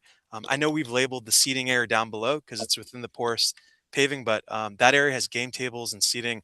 And again, it wraps around from one end to the other on Second Avenue. So Yeah. I think if you look at overall square footage with the passive lawn and how it sort of spills into some sort of these paths, it becomes quite extensive, like the areas there for everyone to access. So when you Right. look at the overall park, it is for walking, but there are opportunities, there are wider pathways that you could still gather within and sit around. So it's not just that, you're looking one way or another, but you're able to walk and Right. interconnect the spaces. But I hope that how would you compare? I appreciate that. How would you compare the square footage of the dog run to the passive lawn? They're all, so it's a little deceiving because the pass lawn's undulating and the dog runs around it, but they're almost in line with each other. On the plan, it looks, quite bigger, but the dog run, again, it's, I don't have the exact square footages, but we tried to use the informal dog run's geometry along with the trees that are there to create, as big a dog area that we could create there, a dog run that's within that space. And then the passive lawn, again, it's sort of on a rolling hill, so it looks flat. But when you start to account for sort of the grade, you're sitting on a little bit of a slope as well there. So Yeah, I you're mean, a little fun. I'm familiar with that piece of it. Thanks to the Muslim volunteers and their planting weekends. But that's one of my concerns, is that it's not flat. And so it's not as usable as a flat space. I mean, I'm just looking for some flexibility, because as this has been described, this park has been in the making for 10 years. At one point in New York City, every corner had to have a phone booth. And if we went by a plan that we, started, 15 years ago, the streetscapes changes. And I think we need to have a space that has flexibility for evolution of what people are doing. And this seems to be so specific in very many ways that it doesn't give, because we're probably not going to see another redesign of this park in 20 years.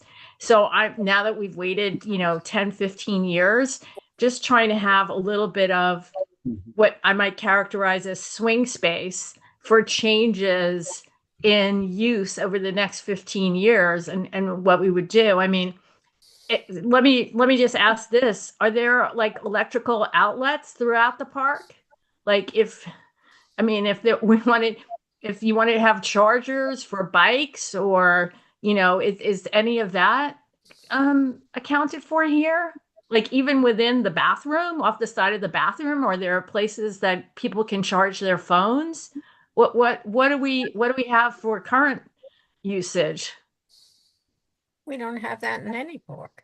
Well, I'm asking, this is supposed to, I'm just asking, this park is in design.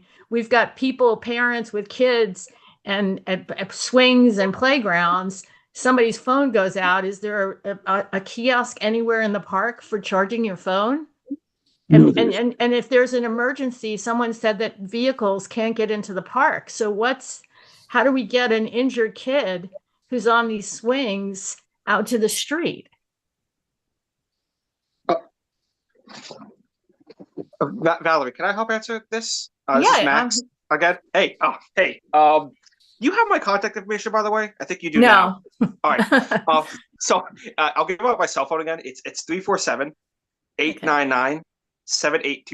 I want, if you could do some homework. I'm not asking you to do too much, but can you just send me a list of activities that you're looking to do here, like passive activities or things you want to help organize? What I'm trying to say is I'm hearing from the community that that they're just looking for a space that can be changeable. Like if somebody wants to come in and do a yoga class or somebody wants to show a movie, I mean, can a screen be put on top of the bathrooms? I mean, just like some semblance of flexibility for the space. And the other piece I'm worried about is just the safety aspect. So look, it looks beautiful in that there's a lot of greenery here, and obviously we are one of the most underparked districts in the city, and so we want that, and we want it as soon as possible. But I'm just hearing that the community is saying they want a little bit more flexibility for space. That's all. I like the way you think, because these are creative things that you're talking about. Like we don't have phone charging anywhere in our parks. I've not done in the past. Not to say we can't do it in the future, but there's no plan to do it. We usually rely on the Lake New York City kiosks for phone charging on our public spaces. You know, those kiosks that are on our city streets. Well, I don't even think there's one kiosk near that Rupert Park at all. All right. Well, So this is all stuff to talk about, which is really, really good. I'm glad we're talking about it now. What I did want to mention is that these passive spaces in our parks, they're used in so many ways that I could connect you to any kind of friends group that you want to be connected to that have these passive spaces, and I can show you how they're used. If, for example, you guys want movies here, Movies Under the Stars is a program that New York City Parks actually funds itself, and it's something our recreation department puts on where they bring a screen in there, have a projector, show some movies. Your council member could fund it as well. We could look at this as possible, but the great design of this park is there's multiple lanes of circulation. There's not one path, which is usually what constricts us with our parks. So say we want to close off a path for an event, not saying we will, but say we want to. We can at this park because there's so many different access points here. And that goes into the safety aspect. Valerie, I used to actually work in the city's 911 system as an EMT, and I responded to this park many times while working as an EMT in an ambulance. And I will tell you that if there's something going on in the park, they will get there. But we also design our parks with ADA accessibility in mind. So anywhere a wheelchair could go or a stretcher could also go. And that's vital. A lot of people don't think of that when we actually do our ADA designs, but a stretcher could go where a wheelchair could go. So that actually makes the park a lot safer. If there's other safety concerns that you have, like lighting or any kind of safety, needles, anything, please let me know over email if you want to keep it a public record, or please call me. I would love to talk to you about this. Okay. I mean, we have a lot of great input tonight from members of the community who've given this, to be frank, a lot more thought than I have. But I'm just, my reaction to hearing the commentary is that we're just looking for a little bit more swing space in terms of things that were, and I hate to say the dreaded word, but nobody's asking for a pickleball court here. So, that's not what we're asking for. We're just asking for, flexible green space. Yep. The other thing I just wanted to ask in terms of the dog run, and the point of everyone being responsible for, what they're using the park for, and completely appreciate that the Parks Department unfortunately doesn't have an unlimited budget that you can have someone taking care of it 24/7, if only. But is that going to be able to be closed, if you will? Let's just say that, the responsible dog owners that we have now are not the ones that are there in the future, that would be able to be closed off until such time as, if it does get out of hand, will the Parks Department have an ability to close it and not have to close off the rest of the park so that, people's behavior isn't adversely impacting other uses? Well, Valerie, let me just say, it will not only be closed, it has to be closed. We're mandated to close portions of our park that are not safe and not hygienic.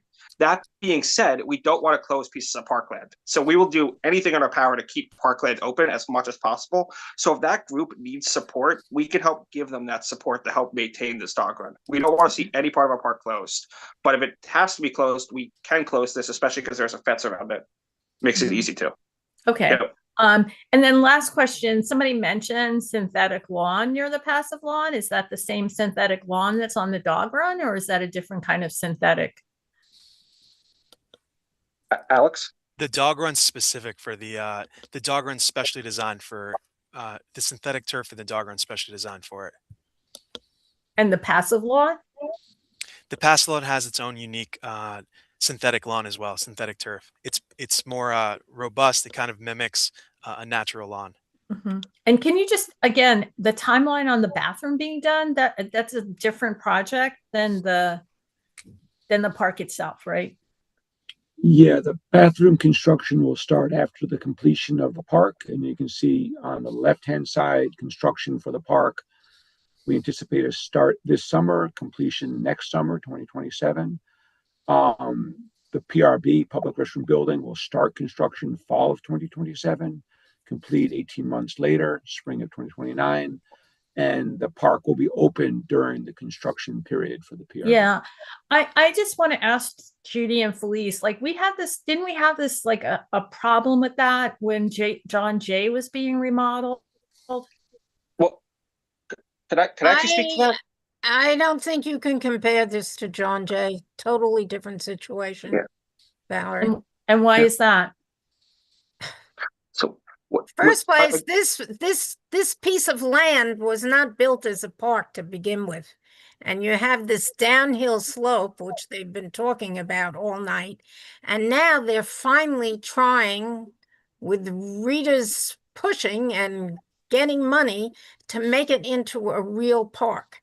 And it has certain, because of the landscape design, which we can't do anything about, it has certain things that cannot be done in this park because it is a downhill slope. Mm-hmm. I completely appreciate that. Problems in various areas. Right. What I'm just worried about is we waited 10 years for however many years we're going to wait for this park. And then for whatever reason, they go to put the bathroom in and then find out that can't be the place for the bathroom. No. The problem with the bathroom, I hate to go back over this old history, was the SWEP. We couldn't do anything. If I'm pronouncing that correctly, Felice, is it SWEP? SWEP?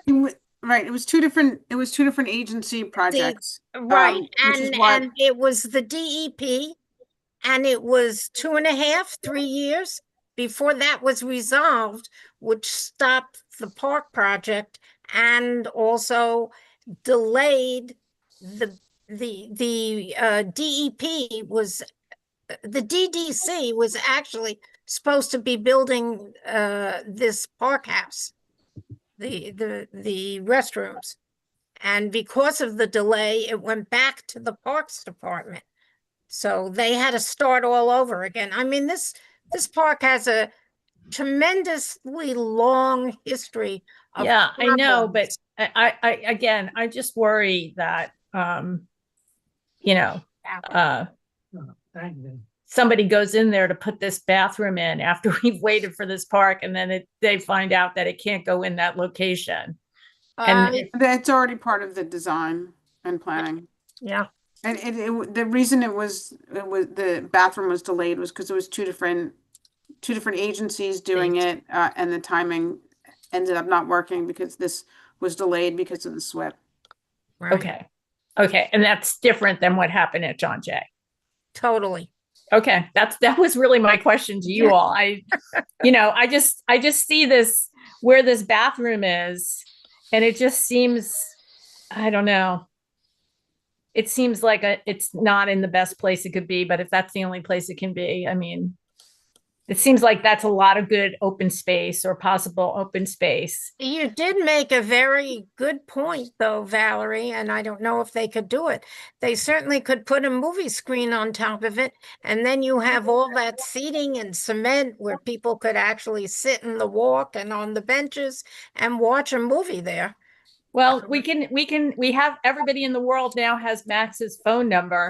So we can, yeah, for real, bother me about it. Yes. Yes. I won't take up any more time, but we can set up a time to talk and maybe talk about some of these current amenities that maybe we could find a little bit of, we can make our park be the standard for parks in the future. How about that? Valerie, I like the way you think. I'm not promising a movie screen on top of the bathroom, but I like the way you think. So please. Okay. And maybe we can even get, maybe we can even get a shed for Sahar's green stuff to go up on top of the bathroom. But God, okay. Yeah, we have our project. That's great. Yeah. All right, thank you, Valerie. Okay, thanks very much. I appreciate it. Wait a minute. Rita is having absolute. Rita, please. What is it? Guys, you have 91st Street, a pedestrian plaza. We have had movies on the street. We're talking about concerts. We're talking about 1 hour, 3 times a year. So let's design the whole park for a concert. No, that's not what I'm Rita. I'm not asking that at all. I'm not a closed street that abuts this park. You have an entire street, and so you have more than the park. You have, I mean, that's a pedestrian. That is a DOT recognized pedestrian plaza. No cars can come up that street. So please, let's think out of the box. Not putting screens on top of okay. Where will the people sit? They'll sit in the seating area. It's not a big point. It's just having the ability to have some flexibility within the plan. That's all. Yeah. That's all. I understand. But it is important. This park is useless the way it is now. And without more than homeless people, if we don't have a high enough fence around, it is more like teenagers. Yeah. Well, I really think Max and everybody else, that is the one point that everybody has made on this call, is that the fence is too low. Okay. So like our commissioner said, we will look at that for sure. And this is a request we've gotten very often for this project. I just want to mention really quickly about that one point. We are going to look at it. But have you guys talked to CB6 about their experience at Bellevue South Park at all? No, but we can. I'm supposed to see Sandy next week. I can ask her about it. Do not take our word for this stuff. Please talk to other people. I mean, like Bellevue South Park is also at Sheeta's district. We lowered the fence there as well. People had the same concerns about that park. It's actually working out okay. Sheeta, please disagree with me if I'm wrong, but we haven't gotten complaints about people entering the park and sleeping in the park. Not to say it's not valid by any means, and not to say we're not going to look at it doing here because it's a request that you guys are giving us, but please talk to CB6's experience with Bellevue South Park and us lower the fets there. That park Max, yep. we have somebody from CB6 who was at a CB6 meeting, and she was Okay. very late, from the Muslim Volunteers, who has now Oh, joined us, awesome. Mubeem, and she's shaking her head. So I think we need to call on her and hear what Yes. she has to say. Sounds good. Hold us accountable. Mubeem? Thank you so much, Judy and Valerie, for giving me this time. Hello, Max. Hello, Eric. My name is Mubeem Siddiqui, and I'm with a nonprofit called Muslim Volunteers for New York. And we have been stewards of Rupert Park since 2017, although we've been looking out for it since 2015. We do community engagement events. We do environmental stewardship events that are enormous. We bring 130 volunteers at the very least, and we do all the planting in spring and fall. We do all the painting, mulching, everything. And I know budget has been tight for parks, so of late we don't even have a gardener. So whatever you see there is done through the efforts of MB for New York. So it's very nice to meet you. I also serve on CB6. I also serve on the Parks Committee. And I think it would be not well served if we say that Bellevue is doing great. Sheena's here. She can also talk to you. It has made improvements. Working in concert with New York City Parks, we are improving it, but there are certainly issues of safety and other concerns with that park. So I just wanted to say that it's not slam dunk. And that's one of the benefits of being in CB6 and working in parks there and having worked with Rupert Park for as long as we have. I had a few questions for you. One question I had, I missed a large chunk of your presentation on the setup, but I wanted to ask, we have done concerts and community engagement events for 300 plus people over the summer months at Rupert Park with all the limitations it currently has. So does the planning involve some kind of outlet where people can plug in a generator, a mic, an amp system, or is that not part of this design? That's not part of the design, right? Right, Alex? We're not So there are that? no electrical outlets in the current design. No, and this is an issue we face across the city. It has to do with how we pay for our electricity and how our electricity is really metered. We don't typically include that in our regular parks like this. We do include that, say, in like East River Park at the amphitheater, where we can have permanent events use that, but not typically in this type of park. Okay. I also wanted to tell you that in addition to doing musical events and environmental stewardship events, which we've done, and as I said, on average, we have at least 130 people, but at its max, we've had 160 people there volunteering, serving. We've tried to bring the Puppet Mobile in many times. The issue is the current setup of the park, right? There's no way, as Rita also pointed out, to bring vehicles and structures into the park. So that has been, so it's not a new concept. We've tried it many, many times, and Parks has told us it is just not feasible and possible. May I make a suggestion, Mubeem, that you speak with the puppet people personally, not just on the computer, and see if they possibly could set up the Puppet Mobile at the base of 91st Street, James Cagney Way, which is closed, and then the people could sit going up that roadway to watch the puppet show. So that's what Rita was saying, that we could use James Cagney Way rather than do these things that you used to do in the park. We could go to the street right next to the park and do some of these things there. Yes, I'll certainly follow up again. It's been a while, but when we last talked to them, actually even coming up, that ramp had been a challenge for them. I forget. Well, so that's why I said at the base of the ramp on the Second Avenue piece at the bottom is a possibility. The only other challenge we face is that Judy and Valerie, that our grant that we get to do any kind of activity in the park is relegated for the park itself. So I don't know if something is done outside of it, whether we could do that. So we will have to look into it with Sheena and actually the finance people at the discretionary. Yeah. Okay, there's one other board member that we did not call on. Is he still here, Miles? Miles Fink? He had his hand up. I can't see everybody. Do you still have something? Yeah, Miles has his hand up. Yeah, Miles, that you want to contribute? Yeah, I was just curious if we were to make a resolution on this, if it was a comfortable, appropriate time to do this, and if so, if I can make one to approve of this design. Well, I and- think the design, we did that already. Okay.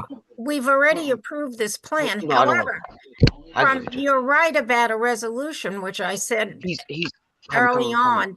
Yeah. I think we want to make a resolution to please ask we want to thank them for the plan and all their work, etc. But the therefore should be, please look at the height of the exterior fence and keep it between 6 and 7 foot high. Community Board 8 and the residents who will be using the park would really appreciate that. Had a board members, because this is only a board member issue who can vote, had a board members, do we have a second to that? A board member, and how do the board members feel? If everybody else could put their hands down.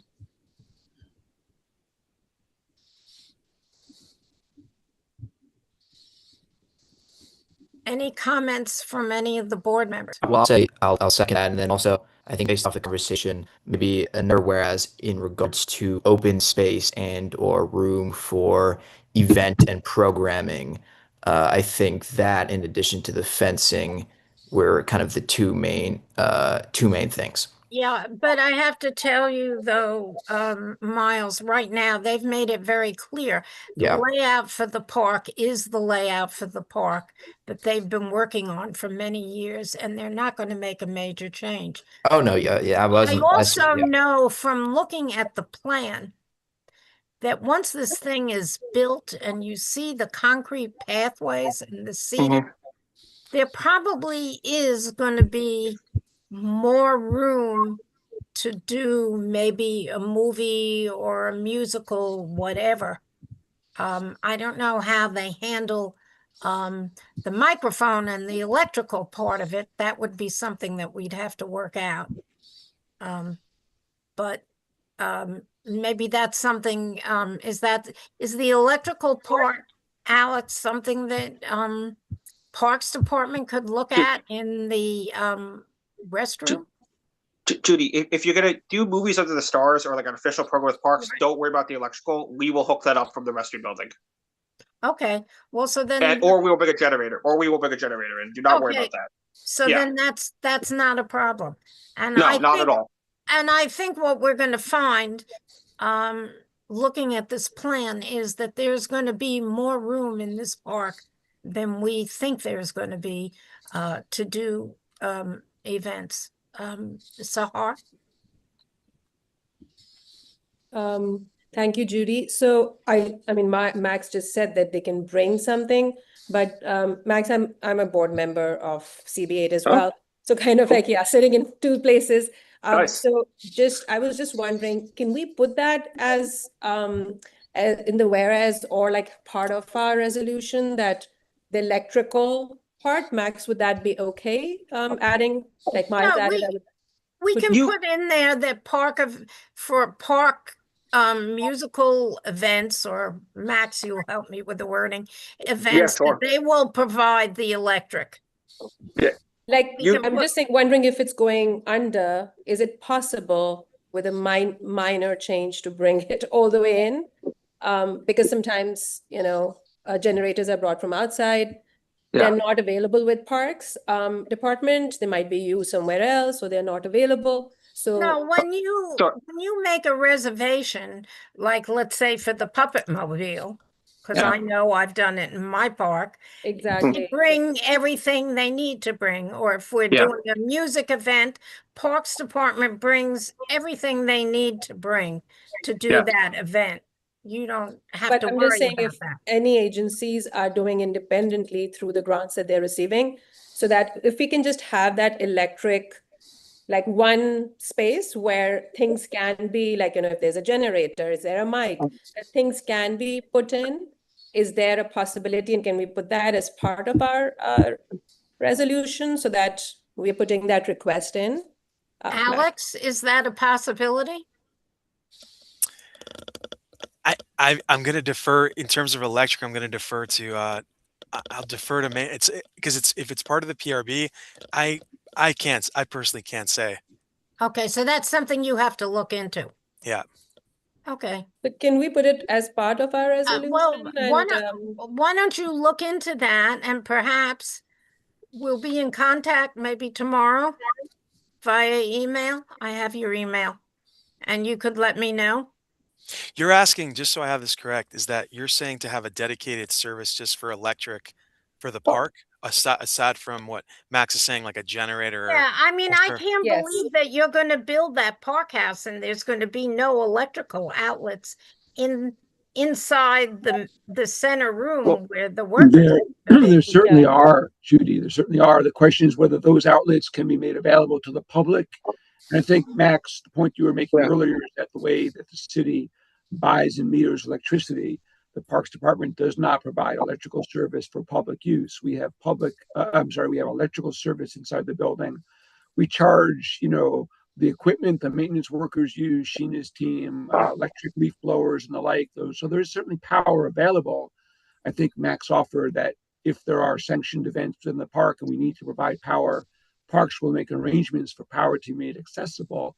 But that's only when the parks can control that. There will not be, and Max, please correct me if I'm wrong, there will not be the ability to provide, publicly accessible outlets for casual use, on demand, whatever. That's not something that we. So what Something only- Sahar is asking is if the Muslim volunteers, let's say, want to do a musical event and need a microphone.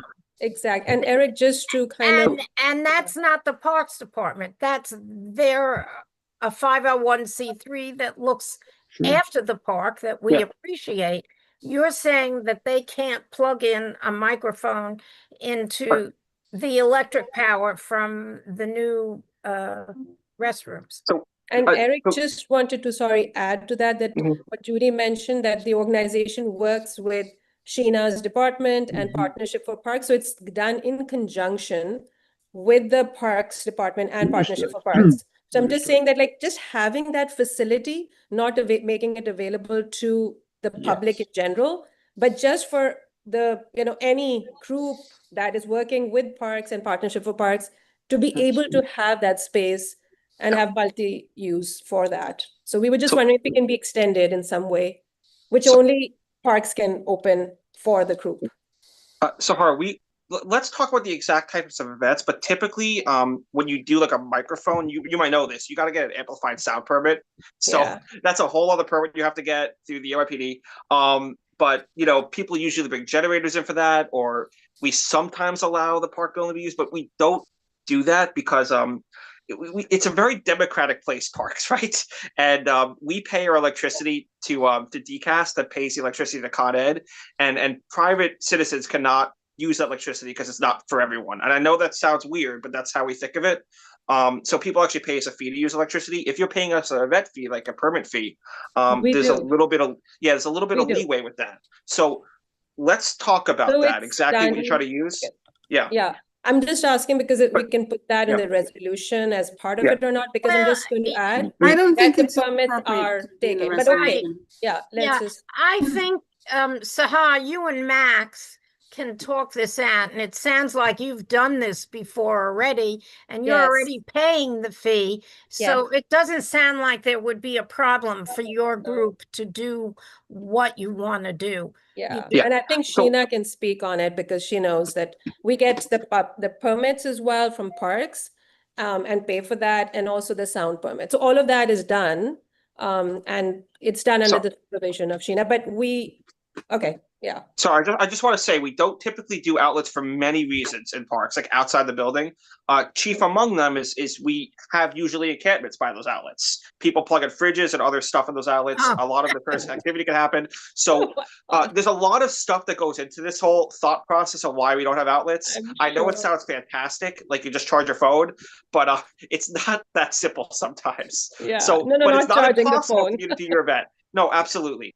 All right. And you guys, the Muslim Volunteers of America, you guys are incredible. And we actually had a meeting with you guys a few weeks ago, I think, at our borough office, where we spoke with you and the commissioner. And what you guys are doing on the Upper East Side is nothing short of amazing. I just want to say that in public. So thank you. Okay, so I don't think we need to put that in the resolution. I think the fence is the main thing that we want them to look at, because it sounds like, Sahar, you'll be able to work it out with Max and get what you need if you want to plan something. Barbara, do you have anything else to say about this resolution? I was asked, and I've heard Valerie and several people talk about a consideration to move the bathrooms to give more open space into a more, no? No. No. The plan is done. The plan is done, and people, I mean, you know, we had meetings, as you well know, Barbara, for years on this. They came many times with the plan. We voted on it. The community board passed a resolution approving this plan. We can't go back now and tell them to basically change the plan. They're just not going to do it. Okay. I just want to say we've had legions of architects, engineers, and surveyors look exactly where this bathroom is placed. We've looked at different options. So this is the place the bathroom has to go. Just to put that to bed. Okay. All right. Felice, should we take a vote on this resolution? It's about the fencing. Yes. Okay. Is there any board member or public member who is opposed to, first, let me ask John. John, I wrote down all the people who were here at the beginning. I don't know if the board members are all still here. Well, I'll read off. It's Barbara, Barry, Bradley, Miles, Sahar, Valerie, and then you and me. And is Irma still here? She was here in the beginning. I don't think so. Okay. So, okay. Is everybody in approval of this resolution? Okay. Hand raised. Okay, I hear no no's. All right, so it's approved unanimously, and it will go to the full board next week for a vote of the full board, and then it will be sent to you, Eric, and to Trish. I mean, I know you know it, but I just think I feel a lot better putting it in writing. The community seems very strong about it, and I just think that we should put it in writing to you folks. Does anyone I had a question though? I just want to. Sorry. Does anyone who has not spoken, do they have anything else to contribute, Valerie? I'm I didn't vote on the resolution because I'm confused. Are we saying that our approval is conditioned on the height of the fence, or what? No, we're not approving the project. We're just talking about the height of the fence, and we want the Parks Department to look at putting in at least a 7-foot high fence. So we're in favor of it, even if it's a 4-foot fence. No, we're not. We want. But then, Judy, it's a conditional approval. We're only approving the design if the fence is 7 feet high. Valerie, we already approved the design of the park.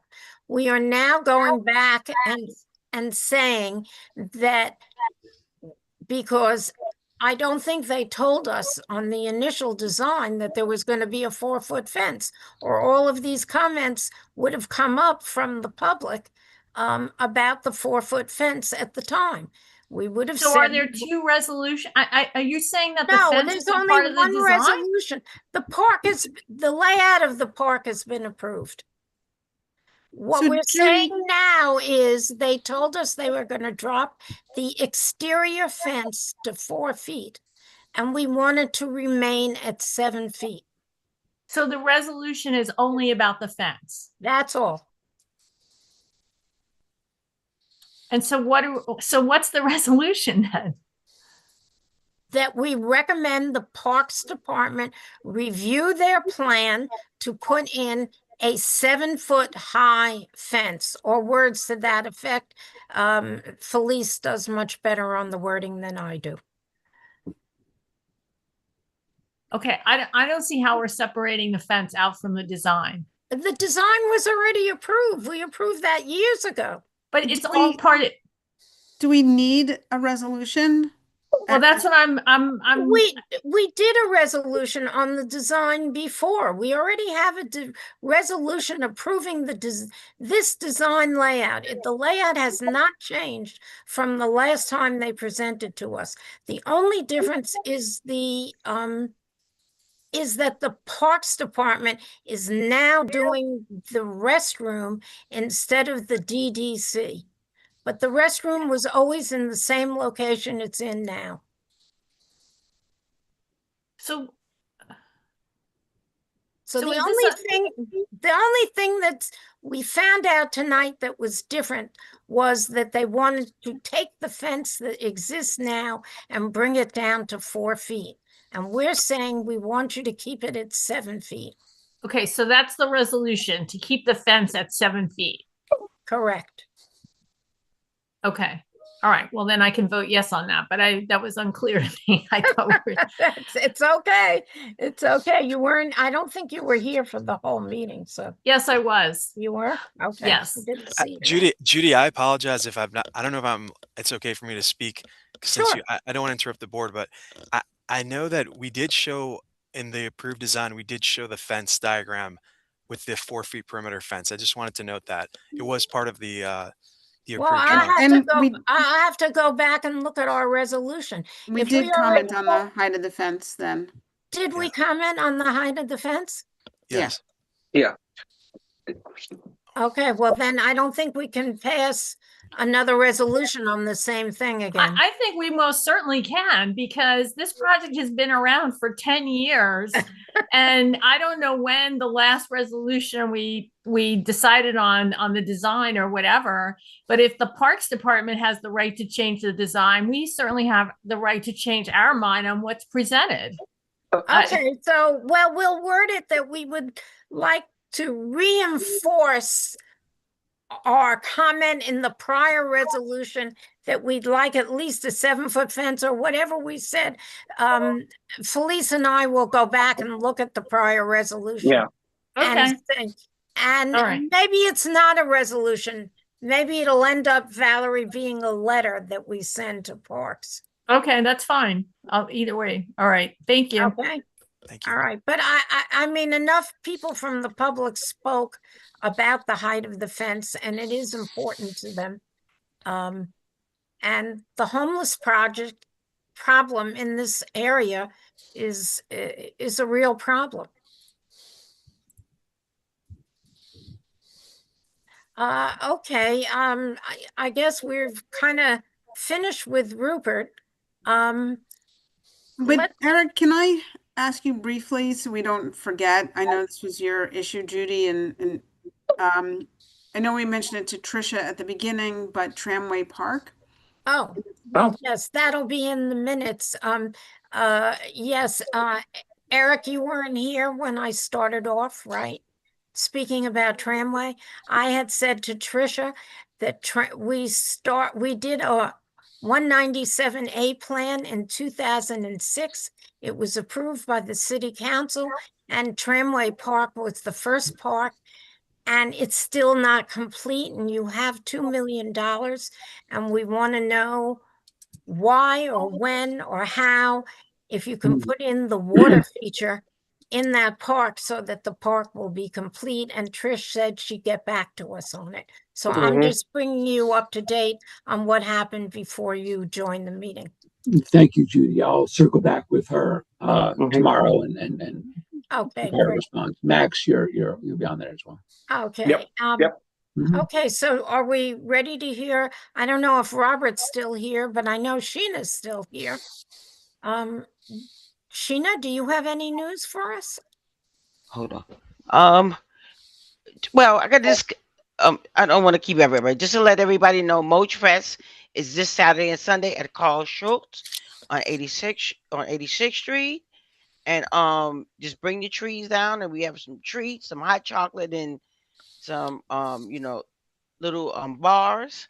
And I know it's late and everybody wants to leave, and anything that anybody has any questions, just either send it to me via email, because I know everybody wants to go home now. Can I just add something? We're hiring lifeguards. If you know anyone that wants to be a lifeguard, $22 an hour, $800 signing bonus. We need them. Please sign up. Thank you. Just saying that. We're also hiring PEP as well. Yes, we're hiring a lot of people. If you want to work for parks, Yes. now's the time. I'm sorry. Say that again. You're also hiring? Park enforcement. Oh, PEP. Okay. PEP. Didn't Yes. get- Very exciting. Yes. Okay. And when does the lifeguard class start? So there's different kinds of qualifying tests that you have to do for that at pools around the city. It's all on our website if you want to take a look at that. Okay. All right. We'll put that in our minutes. Thank you. Okay, and I take it Robert has left. Okay, so do I hear a motion to adjourn? Okay, Sahar and Miles seconded. Okay, everybody, thank you very much. Thank you. And thank you, Parks people. We're really very happy that Rupert Park is finally moving forward, and we're going to keep following up with you and following up on these dates. And if there's anything you need from us, please don't hesitate to call. Thank you, Judy. Thank you. And Happy New Year to everybody. Happy New Year. Happy New Year. It's 8 days past New Year.